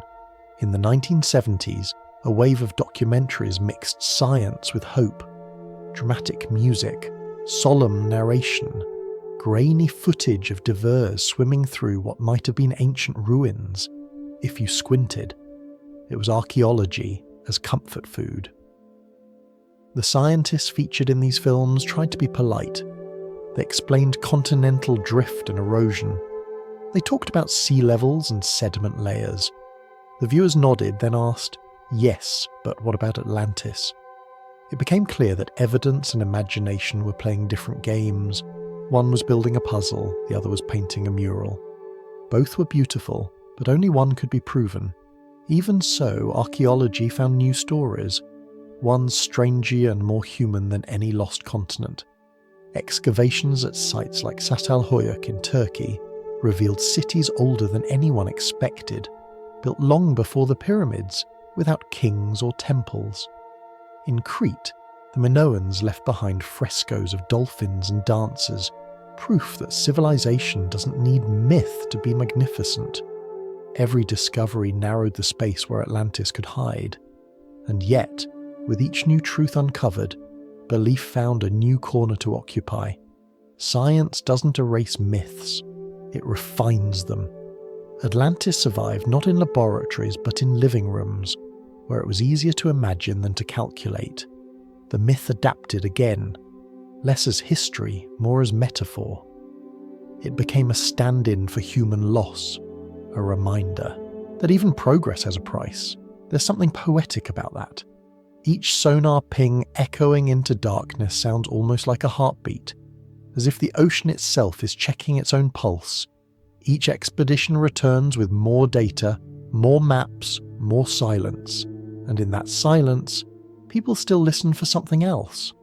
The faint whisper of Plato's warning, the ghost of a city that never needed to exist to feel real. By the late 20th century, most archaeologists agreed Atlantis was a story, not a site, a moral tale about pride, ambition, and the delicate balance of civilization. But by then, no one was really asking for proof anymore. The myth had survived long enough to outlive the question. Somewhere on a research vessel, a scientist leans over a sonar screen. The surface of the water is calm, the sky wide and grey. The monitor hums softly, drawing bright lines across its black face, each one a record of something solid, ancient, and beautifully natural. No walls, no towers, no streets, just the quiet geology of a planet that keeps its secrets in plain sight. And perhaps that's the point. Atlantis never needed to be found. It only needed to be searched for. Because searching, in the end, is how humanity stays curious. Sometimes history doesn't repeat itself. It just rhymes in ash. Somewhere in the heart of the Aegean Sea, a circle of islands glitters under the sun, what's left of a volcano that once tore itself apart. Today we call it Santorini, famous for white houses and sunsets that make tourists applaud. But long before postcards, before domes and wine, before Greece even called itself Greece, there was Thera, a Bronze Age island, alive with light, colour and confidence. 3,500 years ago, give or take a few centuries, Thera was home to a flourishing Minoan settlement. Its people painted dolphins on their walls, built multi-storey houses, and piped water through clay channels so elegantly designed that modern engineers still pause to admire them. They lived on the edge of a volcano, which was probably beautiful right up until it wasn't. The eruption that followed was one of the largest in human memory, if not human writing. A pillar of ash reached the sky, the island split open, and the sea poured in. A thunder of waves raced across the Aegean, smashing coasts and leaving behind silence. It was the kind of event that makes poets centuries later run out of adjectives. For archaeologists, Thera is a rare gift, a disaster frozen in mid-breath. The city of Akrotiri lies buried under meters of ash, its streets still lined with painted jars, its frescoes as bright as the day the dust fell. You can walk those streets now, under careful lighting, and see the outlines of doors, stairs, and tools left as if their owners were coming back after lunch. It's haunting in a quiet, domestic way. Apocalypse, but tidy. When the site was excavated in the 20th century, it seemed to whisper directly to Plato's ghost. An island civilization destroyed by the sea, advanced art and architecture, a sense of sudden punishment. It felt too perfect. For a few decades, the excitement was contagious. Headlines announced, "Atlantis found in the Aegean." The myth had finally come home, and for a moment the theory worked, until it didn't. The timelines refused to cooperate. Thera erupted around 1600 years before our calendar began, give or take a few generations. Plato's story places Atlantis 9,000 years before Solon's time, roughly 9,500 years before the Common Era. That's not a small difference. It's like finding a shoe that fits perfectly in the wrong century. Still, the resemblance was seductive. Akrotiri's walls show landscapes of sea and sky, dolphins leaping, boats sailing, a world that knew how to live with beauty. Its people traded with Crete, Egypt, and the wider Mediterranean, weaving culture like a tapestry. Then, one morning, everything stopped. The volcano roared, the sky darkened, and the island vanished into its own smoke. Sound familiar? It's easy to see how memory of such an event could ripple through generations. Sailors tell stories, stories become warnings, warnings become myths. By the time Plato wrote Timaeus and Critias, perhaps the real eruption had long since blurred into allegory, a half-remembered catastrophe folded into philosophy. Modern science can measure the date of the eruption through carbon samples, ice cores, and tree rings. Each method offers slightly different results, as if even nature enjoys keeping its secrets. But the message is clear. Thera was spectacular, devastating, and real. And that for many is enough. Even if Thera isn't Atlantis, it explains why Atlantis feels plausible. We have always lived at the mercy of geology. Earthquakes, tsunamis, eruptions. Nature regularly reminds humanity that permanence is mostly imagination. Plato didn't need to invent the fear of collapse. He just needed to describe it beautifully. In Santorini today, tourists sip wine on terraces built along the rim of the old volcano. They watch the sun sink into the same caldera that once exploded. Every evening, cameras click like insects, and someone inevitably sighs, "It's paradise." Paradise is always temporary. The wind carries a trace of ash no one notices anymore. Beneath the cheerful white villages lie layers of history, pumice, lava, and the ghost outlines of older lives.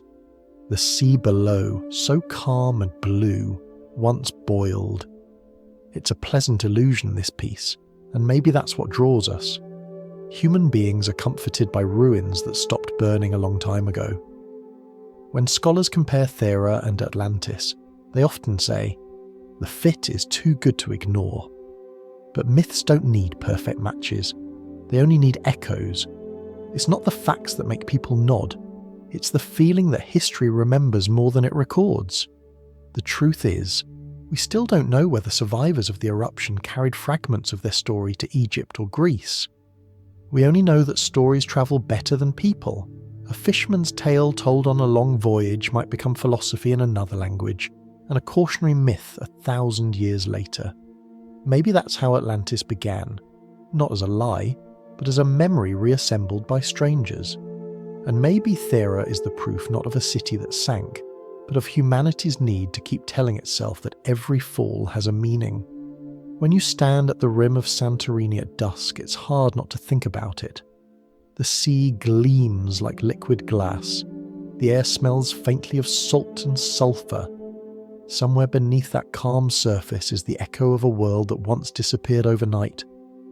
A reminder that even beauty can erupt. Perhaps Atlantis was never real, but the fear of losing everything, that's as ancient as the earth itself. If the story of Santorini proved anything, it was that a good theory never dies. It simply migrates. Once Thera's timeline betrayed its promise, Atlantis went travelling again, searching for a new address. And like all homeless myths, it found plenty of volunteers offering spare rooms. By the late 20th century, a quiet industry had emerged, finding Atlantis somewhere it wasn't. Every few years, a new theory surfaced like a hopeful buoy. Each came with a book, a documentary, and an expert who had finally solved the mystery. It was less archaeology, more auditions. First came Sardinia, the island of shepherds and stone towers in the Mediterranean. Its ancient Nuremberg fortresses, circular and solemn, looked mysterious enough to pass the audition. Local researchers declared it the real Atlantis, rebranding it as Atlantide. The logic was simple. If it looks old and sits near water, it must be Plato's. Critics noted that Sardinia has the small disadvantage of still being above sea level. Theorists smiled politely and said, "For now." Then there were the Azores, scattered like breadcrumbs halfway across the Atlantic. Their volcanic peaks rising from deep water felt dramatic enough for imagination. The islands even matched a few of Plato's compass directions, if you ignored scale, distance, and geology. A few sonar blips in the 1970s reignited excitement. Perhaps submerged walls, perhaps the seabed stretching. The believers celebrated. The scientists pointed out that lava has been making suspiciously straight lines for millions of years. The Canary Islands made their own claim, helped by proximity and poetic flair. Early explorers found pyramidal structures there, terraces built for agriculture, and declared them temples. It's easy to see why. Sunlight on volcanic stone looks more mysterious than ordinary farming. Still, for Atlantis to have been here, the island would have needed to sink a few times and rise again between grocery deliveries, a logistical challenge even for myth. Further north, the Black Sea hypothesis gained traction. In the 1990s, geologists suggested that rising sea levels after the last ice age may have flooded vast plains where early humans once lived. Submerged shorelines, remnants of ancient villages, traces of catastrophic flooding. It all sounded enticing, But even the scientists behind the theory hesitated to call it Atlantis. The ocean may have many stories, but that doesn't mean every one of them wears a crown. And then, inevitably, came Antarctica, a continent of ice, too quiet to protest. Writers proposed that a shifting crust had once placed it near the equator, a warm and thriving land suddenly frozen in time. Maps were rotated, mountain ridges reimagined, and entire civilizations drawn beneath the snow. The only flaw was, well, everything. The climate, the geology, the timeline, and the small fact that no human civilization existed when Antarctica's ice began to form. Still, as one author cheerfully put it, nothing is impossible when you refuse to check. Each of these theories carried the same heartbeat, the longing for confirmation. Every new discovery arrived with sonar scans, grainy photographs, and subtitles. A blurred image of rocks underwater was enough to inspire a new paperback, with an exclamation mark in the title. Technology, instead of curing myth, had become its new translator. The camera lens didn't disprove belief, it dramatized it. Now the mystery came with music. Television producers understood this better than anyone. They realized that the sentence, "we didn't find anything," rarely keeps viewers awake. So documentaries became exercises in suspense. Divers descended with dramatic narration, sonar screens glowed, and someone always whispered, "What is that?" It was usually a rock, but a rock filmed in the right lighting can resemble destiny. The result was oddly comforting. In a world of satellites and search engines, it was nice to think something still hid beneath the waves. Atlantis had become a kind of hobby, a place where skepticism and wonder could meet without arguing. People wanted it to be real, not because they doubted science, but because they missed mystery. It's easy to see why these modern Atlanteans persisted. Every photograph of a coastline, every shadow on sonar carries a whisper of possibility. You can zoom in forever, and the pixels never run out of room for hope. Myth, unlike cities, expands easily. Still, if you look closely, there's something touching about the pattern. Each new discovery repeats the same cycle. An announcement, a headline, a gentle correction, and silence. And yet, within a few years, someone else begins again. Atlantis remains undefeated by time, not because it's true, but because it's reusable. It has survived philosophers, priests, politicians, prophets, and now producers. It adapts to every medium: marble, ink, film, digital render. Each generation edits the story the way you might edit a dream, adding the details you wish had been there. You might think all these false starts would discourage people, but belief is rarely about winning. It's about staying in the game. The search for Atlantis has lasted longer than most religions, longer than some nations, and arguably longer than patience itself. Somewhere tonight, another expedition is probably being planned. Drones ready, sonar calibrated, voiceovers rehearsed. And when they launch, the ocean will do what it always does: keep its secrets and look beautiful doing it. Maybe that's the final irony. Atlantis has never been the ocean's problem. It's ours, a reflection of our habit of mistaking wonder for evidence. But then again, there's a certain grace in persistence. Human beings build telescopes to study stars they'll never visit, and submarines to explore depths that don't need them. Searching, even fruitlessly, is part of the species' design. We are the only creatures who feel nostalgia for things that never existed. So the next time someone claims to have found Atlantis, in Sardinia, the Azores, Antarctica, or the shallows of their own imagination, it's best to smile kindly. Because deep down, they're not wrong about what they're really looking for. It isn't an island, it's reassurance. The comforting idea that once, somewhere, humanity got everything right, even if only for a moment. Technology, after all, didn't end the myth, it just gave it subtitles. Every myth eventually stops being about what it describes and starts being about why people need it. Atlantis is no exception. The city that sank beneath the waves has floated comfortably in our imagination for more than 2,000 years, and by now it tells us more about ourselves than about any ancient island.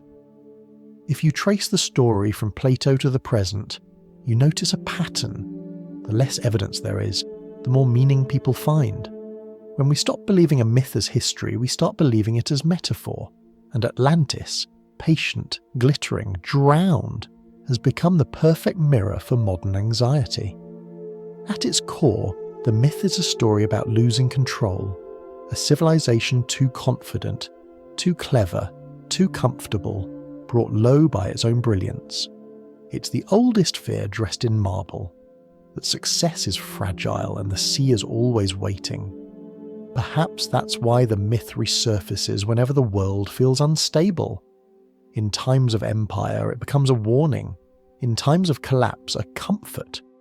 When people worry about moral decay, they point to Atlantis and nod knowingly. When they worry about climate change, they do the same. The details change, but the lesson endures. The Earth has a way of settling our arguments. There's something almost tender about our obsession with vanished cities. We build towers and monuments to outlast us, and then we write stories about how they sink anyway. It's as if we want reassurance that impermanence isn't failure, that disappearing is part of the plan. Atlantis offers exactly that, an ending with meaning attached. Psychologists would call it narrative closure. Philosophers might call it hubris meeting gravity. But most of us just call it familiar. We see the flood in news headlines, in melting glaciers, in failed systems and forgotten ideals.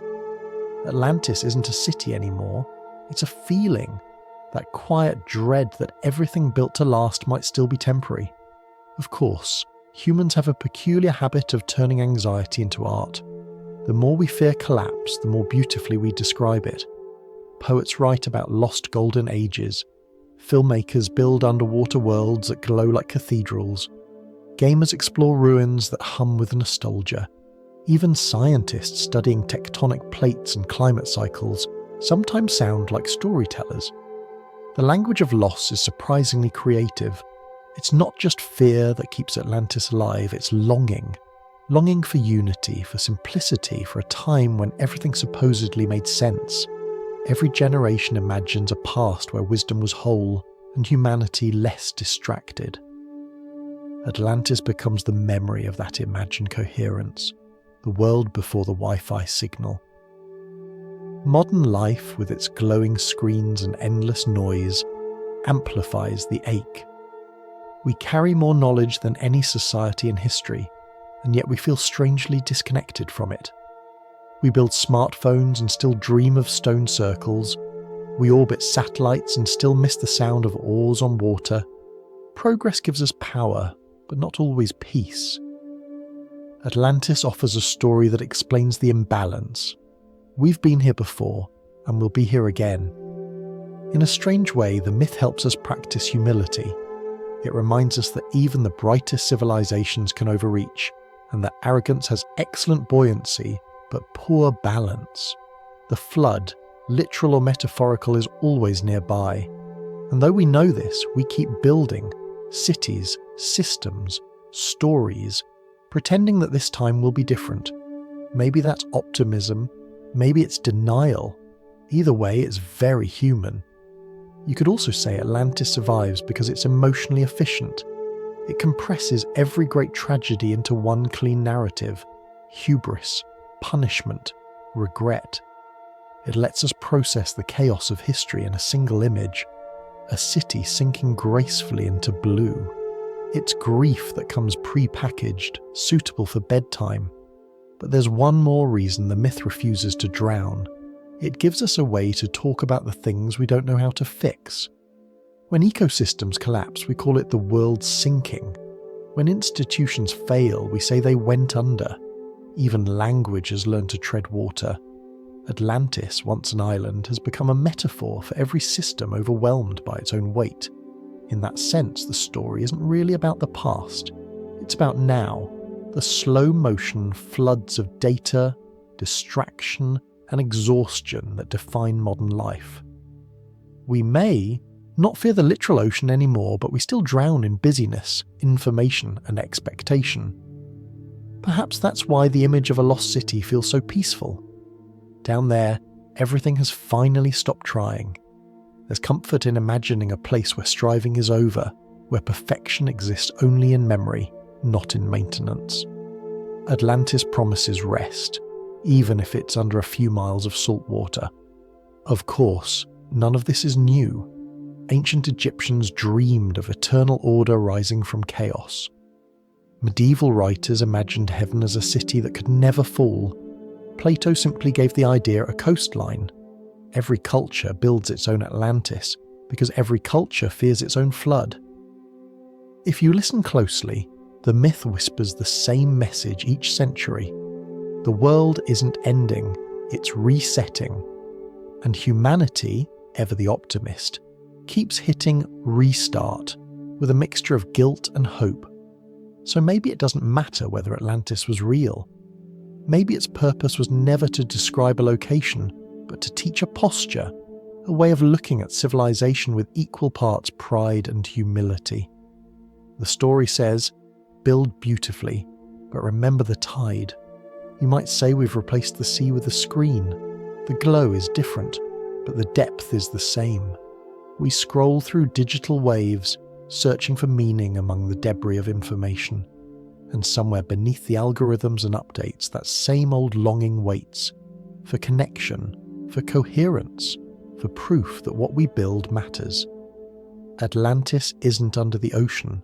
It's under our collective to-do list, buried beneath projects, deadlines, and all the ways we promise to fix the world tomorrow. It's there in the unread messages, the unfinished dreams, the quiet hope that someday we'll rise above the flood. Maybe that's why the myth endures so gently. It doesn't accuse, it forgives. It looks at our endless rebuilding and says, "You're trying again. That's enough." And somewhere in that kindness, you can almost hear the waves settling, as if the sea itself understands what it means to start over. Somewhere in a bright modern classroom, a teacher is explaining Plato. The projector hums. The slides flicker between Greek text and English translation. A dozen students stare politely, half listening, half thinking about lunch. On the board is the word Atlantis, underlined twice. The teacher says, "Remember, it's an allegory.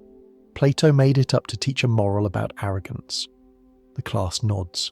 Then, as soon as the lecture ends, half of them quietly type into their phones, "Atlantis found where?" That is the strange magic of the modern age.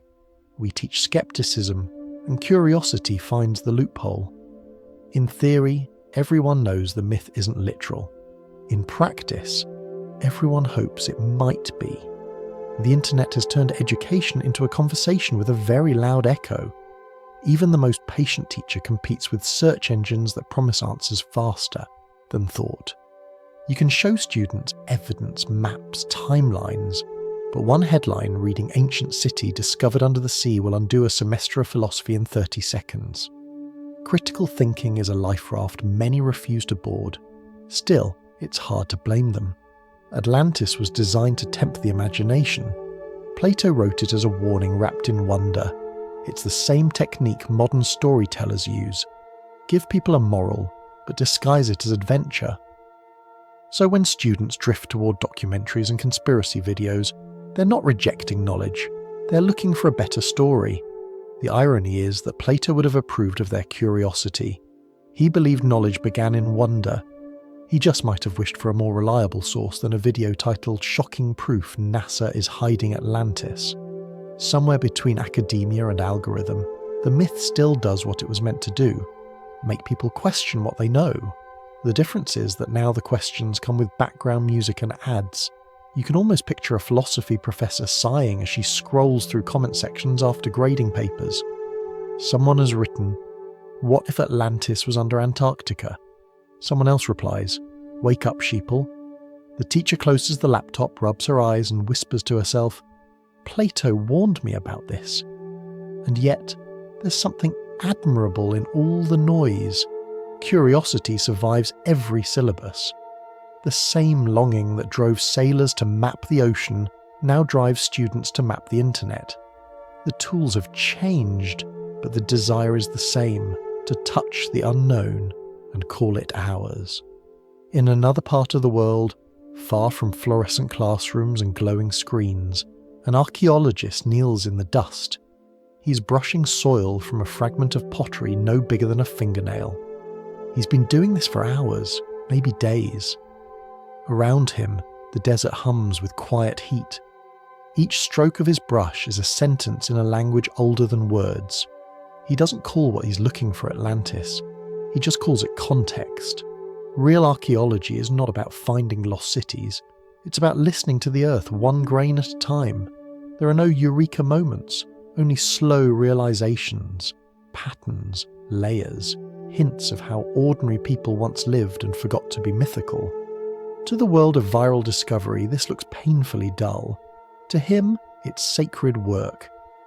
Sometimes he thinks about the myth, though. Not the city itself, but what it represents. The balance between knowledge and humility. He understands why people prefer the legend. Patience is harder to sell than revelation. Still, he keeps brushing. The wind moves across the site like a whisper, carrying dust and the faint scent of stone. Later that evening, back at camp, he looks over his field notes. His colleagues are talking quietly over a small stove. Someone makes a joke about how every dig seems to promise Atlantis. Someone else laughs and says, if we ever find it, they'll still ask for a sequel. He smiles, not unkindly. Maybe that's the lesson the world keeps forgetting, that searching is noble even when it leads nowhere, that truth is built slowly while fiction arrives on schedule. He pours himself a cup of coffee, black and quiet, and watches the sun drop behind the dunes. The air cools, the desert turns blue. He thinks of the students somewhere far away, scrolling through theories between classes. He wonders if one of them will one day kneel in the dirt as he does now, learning that history is less about answers than about attention. In a way, the classroom and the dig site are mirrors. Both are full of questions. One fills the air with them, the other buries them in sand. Both rely on patience, and both are surrounded by distractions. Perhaps that's what Plato meant all along. The story of Atlantis wasn't about a lost island. It was about how easily wisdom sinks beneath noise. The flood isn't made of water anymore. It's made of information, repetition, and confidence.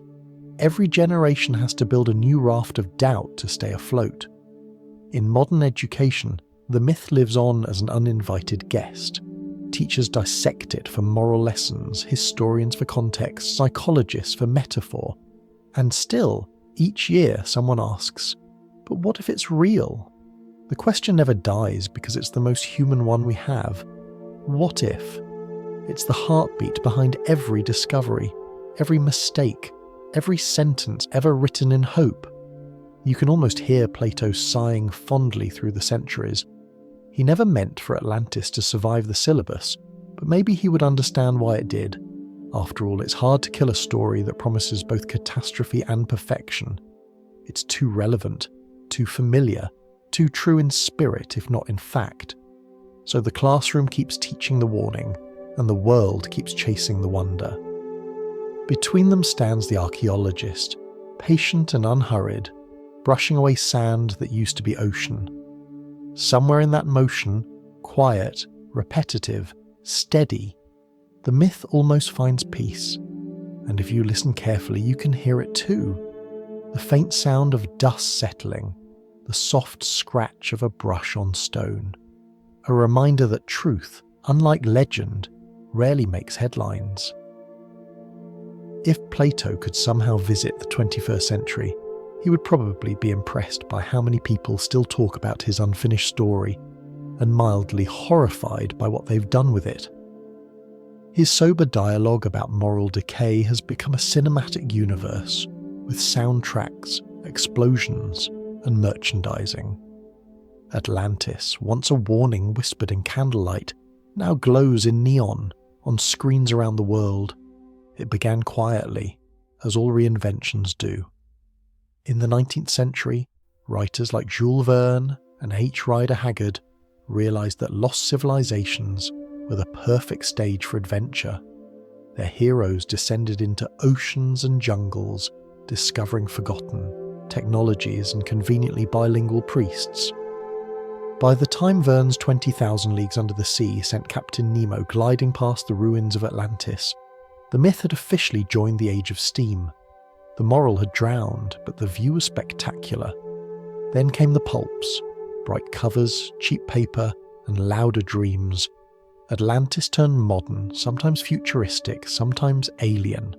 In the pages of magazines, Atlanteans flew airships, shot lasers, or plotted invasions. Science fiction and fantasy embraced the myth not for its warning, but for its flexibility. Atlantis could be anything you needed: utopia, dystopia, or simply an excuse to wear a silver helmet. Comic books arrived next. In the 1940s, Namor the Submariner ruled his undersea kingdom with superhuman melancholy. Decades later, Aquaman swam into popular culture with tridents, temples, and an accent somewhere between Shakespeare and surfboard. Their Atlantises, or Atlantides depending on the editor, were vast crystal cities lit by bioluminescence and emotional backstory. Children read them in bed, long before streaming or Wi-Fi, and dreamed of swimming through a world that had traded marble for mythic coral. Cinema, of course, made everything larger. Atlantis appeared in Journey to the Centre of the Earth, in The Man from Atlantis, in the animated film Atlantis, The Lost Empire by Disney in 2001. The last one gave the island a full architectural redesign, floating bridges, glowing engines, an alphabet that looked suspiciously marketable. Critics called it beautiful confusion. Audiences called it comfort.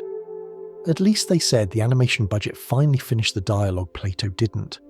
Each generation adds a new coat of imagination. The myth updates like software. Version 1.0 by Plato, version 4.0 by Verne, version 12.0 by Hollywood. The moral code has changed, the soundtrack improved, and the wardrobe budget tripled. But the story remains recognizable. A civilization too advanced for its own good, rescued by nostalgia. Even video games join the chorus. Explorers in pixel form descend into digital oceans, solving puzzles among glowing ruins. In some games, Atlantis is an alien base. In others, a steampunk metropolis. Occasionally, just a good reason for waterproof graphics. Players rebuild it, destroy it, and rebuild it again, each version promising that this time the city will stay afloat. It's tempting to laugh, but there's something tender in the persistence. Every adaptation, no matter how loud or absurd, keeps returning to the same emotional coordinates: wonder and loss.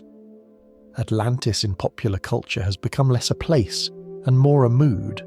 When artists want to show beauty destroyed by progress, they paint its domes. When writers want to hint at forgotten wisdom, they set a story under the sea. Even pop songs borrow the name, using it as shorthand for unreachable paradise. And yet, within all the spectacle, Plato's shadow lingers. His idea of a moral decline disguised as triumph fits perfectly into the modern world. Blockbusters still end with cities collapsing. Heroes still realize too late that technology outpaced virtue. Atlantis has simply traded scrolls for special effects. You can see it in the small details. The glowing crystals that power Disney's version echo Blavatsky's mystical energy. The sleek machines mirror Donnelly's imagined technology. Even the noble but flawed Atlanteans carry the same lesson. Intelligence without humility sinks eventually. The myth, though repainted, keeps the same spine. Sometimes it shows up where you least expect it. A comic strip about climate change, a science fiction series about a floating city above a flooded Earth, a commercial for bottled water promising the purity of Atlantis. The island has become an advertising ambassador, fluent in every language, promoting everything from environmental awareness to luxury resorts. It's difficult not to admire a civilization that can drown and still hold a marketing position. Of course, none of this would surprise a historian. Myths have always been cultural mirrors, polished to show each age what it most wants to see. For the Victorians, Atlantis proved that exploration was heroic. For the atomic era, it warned that power corrupts.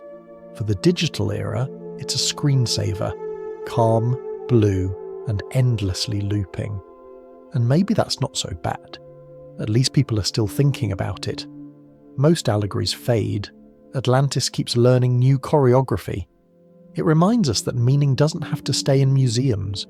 Sometimes it survives better on movie posters. Still, there's a quiet irony in watching the myth return as entertainment. The city that once symbolised pride undone now thrives on our appetite for distraction. We consume its story the same way its citizens once consumed their own wealth. Quickly, beautifully, and without reflection. But every so often, between the explosions and soundtracks, the original message still glints through. Be careful what you build, especially if you're proud of it. Perhaps that's why audiences keep returning. Atlantis is the rare story that flatters and warns us at the same time. It says, you are capable of greatness, but greatness carries ballast. It whispers, keep the light, but remember the depth. When the credits roll, the ocean on the screen fades into darkness.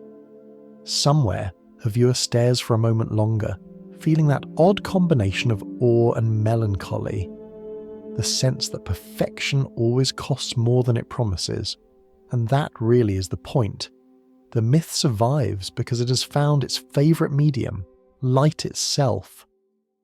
From flickering cinema reels to glowing pixels, Atlantis no longer needs marble or mythic poets. It travels by photon, reflected in every screen that ever tried to imagine a world better than this one. If the 20th century gave Atlantis a movie studio, the 21st gave it Wi-Fi. Once upon a time, myths needed storytellers, scribes and publishers. Now, they only need a thumbnail. The digital age did what no empire ever managed. It globalized curiosity and confusion at the same speed. Atlantis, after centuries of drifting from parchment to paperback to film, has found its true home, the comment section. Online, the lost city has been rediscovered thousands of times. Every week, somewhere in the glowing blue sea of the internet, a video appears titled Shocking New Evidence of Atlantis. The thumbnail always looks familiar. A diver mid-gesture, a grainy underwater ruin, a font that seems allergic to subtlety. You click out of mild curiosity, and within seconds you're being told that historians have been lying to you for centuries. It's strange comfort, skepticism without homework. In a few minutes, you can become an expert on sunken continents, alien civilizations, and suppressed discoveries, all without leaving the couch. The algorithm rewards certainty, and myths conveniently specialize in it. On one level, it's harmless. People have always loved stories that make them feel part of a secret. But on another level, it's oddly poetic. The internet, vast and restless, is itself a kind of ocean. Information drifts, fragments surface, currents of rumour swirl together and form islands of belief. Atlantis hasn't just been rediscovered online, it's been reincarnated as the internet's own reflection. Scroll long enough and you'll find every version imaginable. Atlantis was in the Sahara. Atlantis was an alien outpost. Atlantis built the pyramids, the Mayan temples, and possibly the Wi-Fi router you're using now. Each claim comes with diagrams, slow-motion footage, and a man pointing at maps with the urgency of someone revealing state secrets. You can almost admire the production value. What makes it work is the tone. Online myths never whisper. They shout gently, confident, unbothered by doubt. Certainty has become the new rhythm of faith. The more mysterious the claim, the more confident the voiceover. Doubt doesn't trend, conviction does. Of course, scholars still try to keep up. There are thoughtful documentaries, lectures, podcasts. voices explaining gently why the dates, maps, and geology don't align. But the quiet truth rarely competes with the dramatic untruth. Atlantis was lost once, online, it's lost hourly in the comments.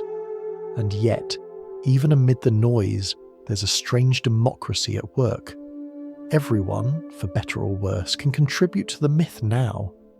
You no longer need an ancient manuscript or a publishing deal, just a Wi-Fi connection and enthusiasm. Atlantis has gone open source.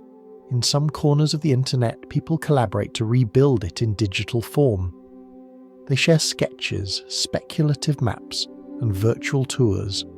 Artists imagine glowing canals, floating gardens, streets paved in coral light. The results are often breathtaking, worlds that Plato never dreamed of, designed with the precision of modern obsession. You can stroll through a 3D Atlantis while listening to ambient ocean sounds and the quiet click of your own disbelief.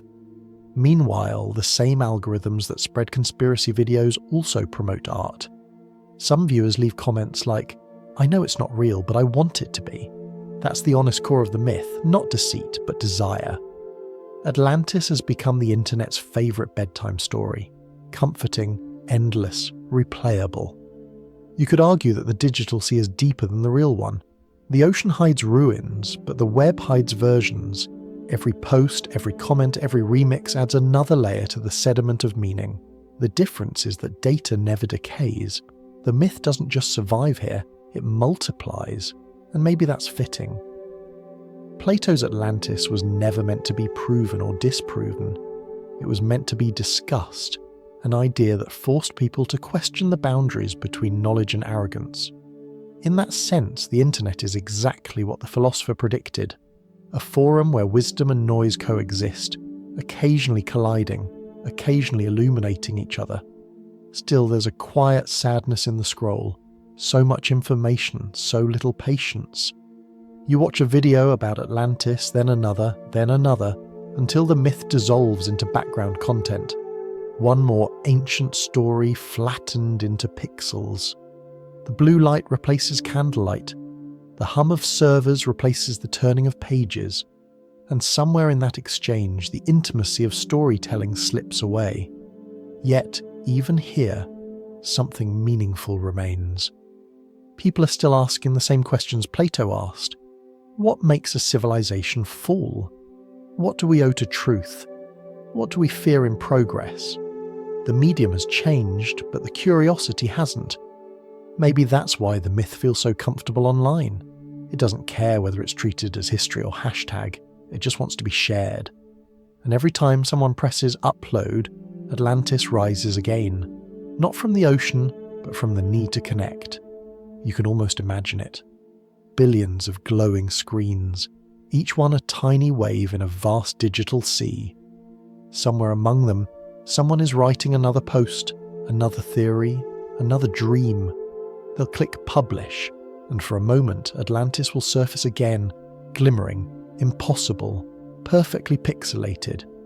Maybe the myth isn't being corrupted by the internet. Maybe it's being fulfilled.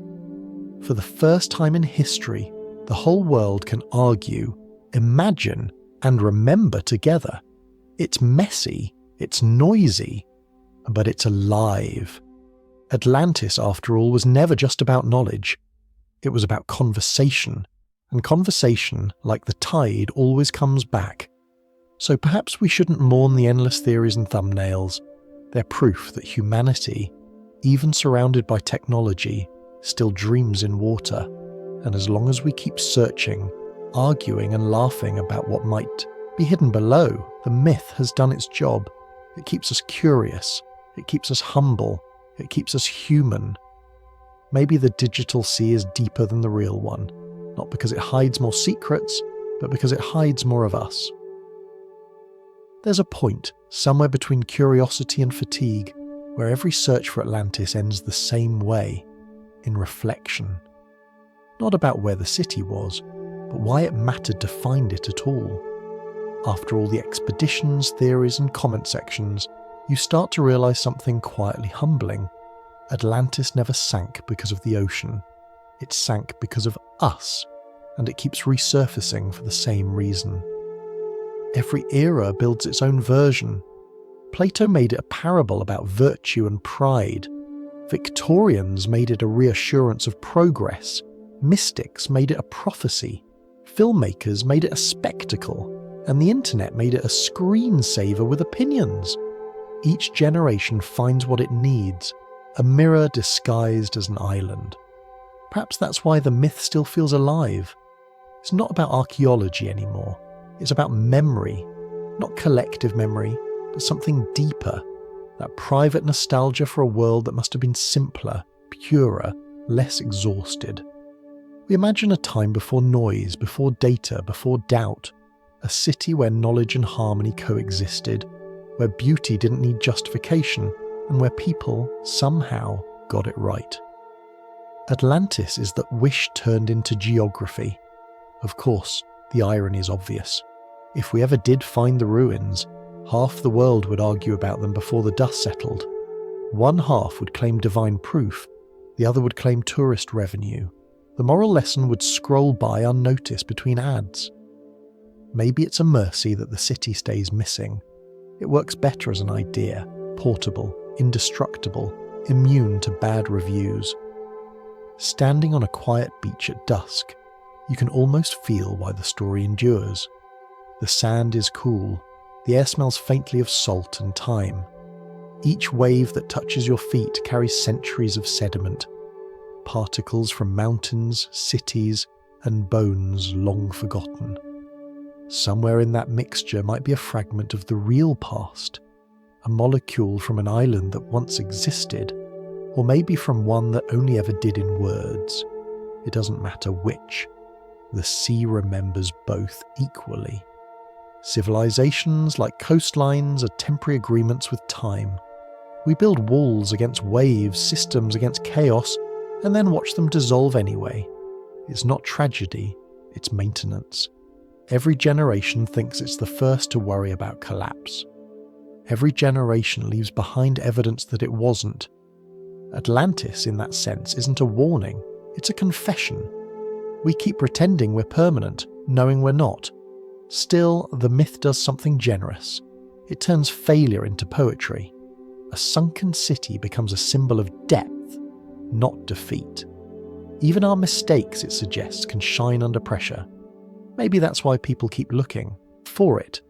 Not to prove Plato right, but to prove themselves capable of wonder. There's a strange grace in that.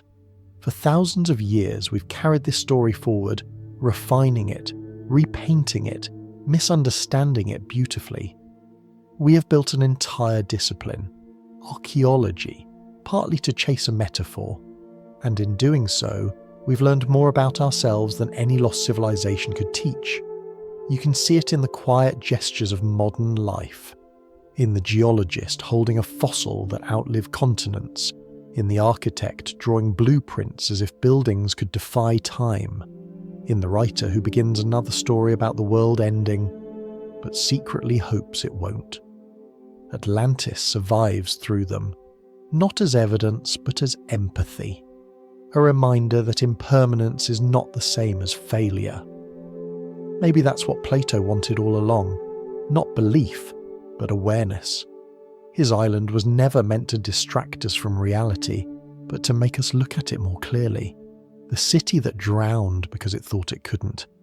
The empire that fell because it mistook power for wisdom. The lesson remains as relevant as the tide, quiet, repetitive, and impossible to ignore. And yet, there's no bitterness in it. When you read his words today, the tone feels less like judgment and more like understanding. He wasn't angry at Atlantis. He was sad for it, and for us. Because he knew that every civilization is a rehearsal for humility. If you listen to the sea long enough, you might hear the same thing. Not the roar of waves, but their patience. The ocean doesn't hurry to erase or reveal. It just keeps moving, like time made liquid. Whatever Atlantis was, memory, metaphor, or mirage, it belongs there now, among the slow conversations between salt and stone. Some nights, when the air is still, the horizon looks like a line drawn in pencil. You could almost imagine a city beneath it, its towers softened by silt, its streets asleep. And if the sea could dream, perhaps it would dream of us, the noisy descendants still arguing about what it meant.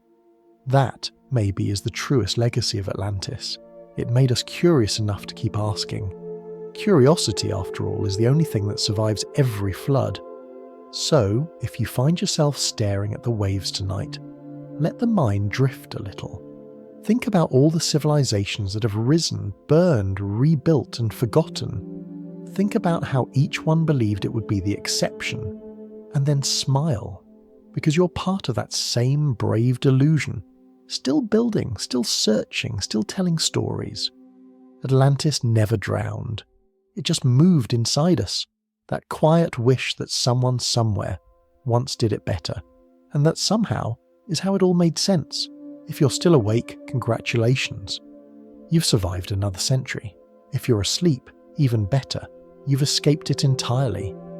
Either way, thank you for listening, for wondering, and for staying curious enough to keep the myth afloat. The ocean will take it from here.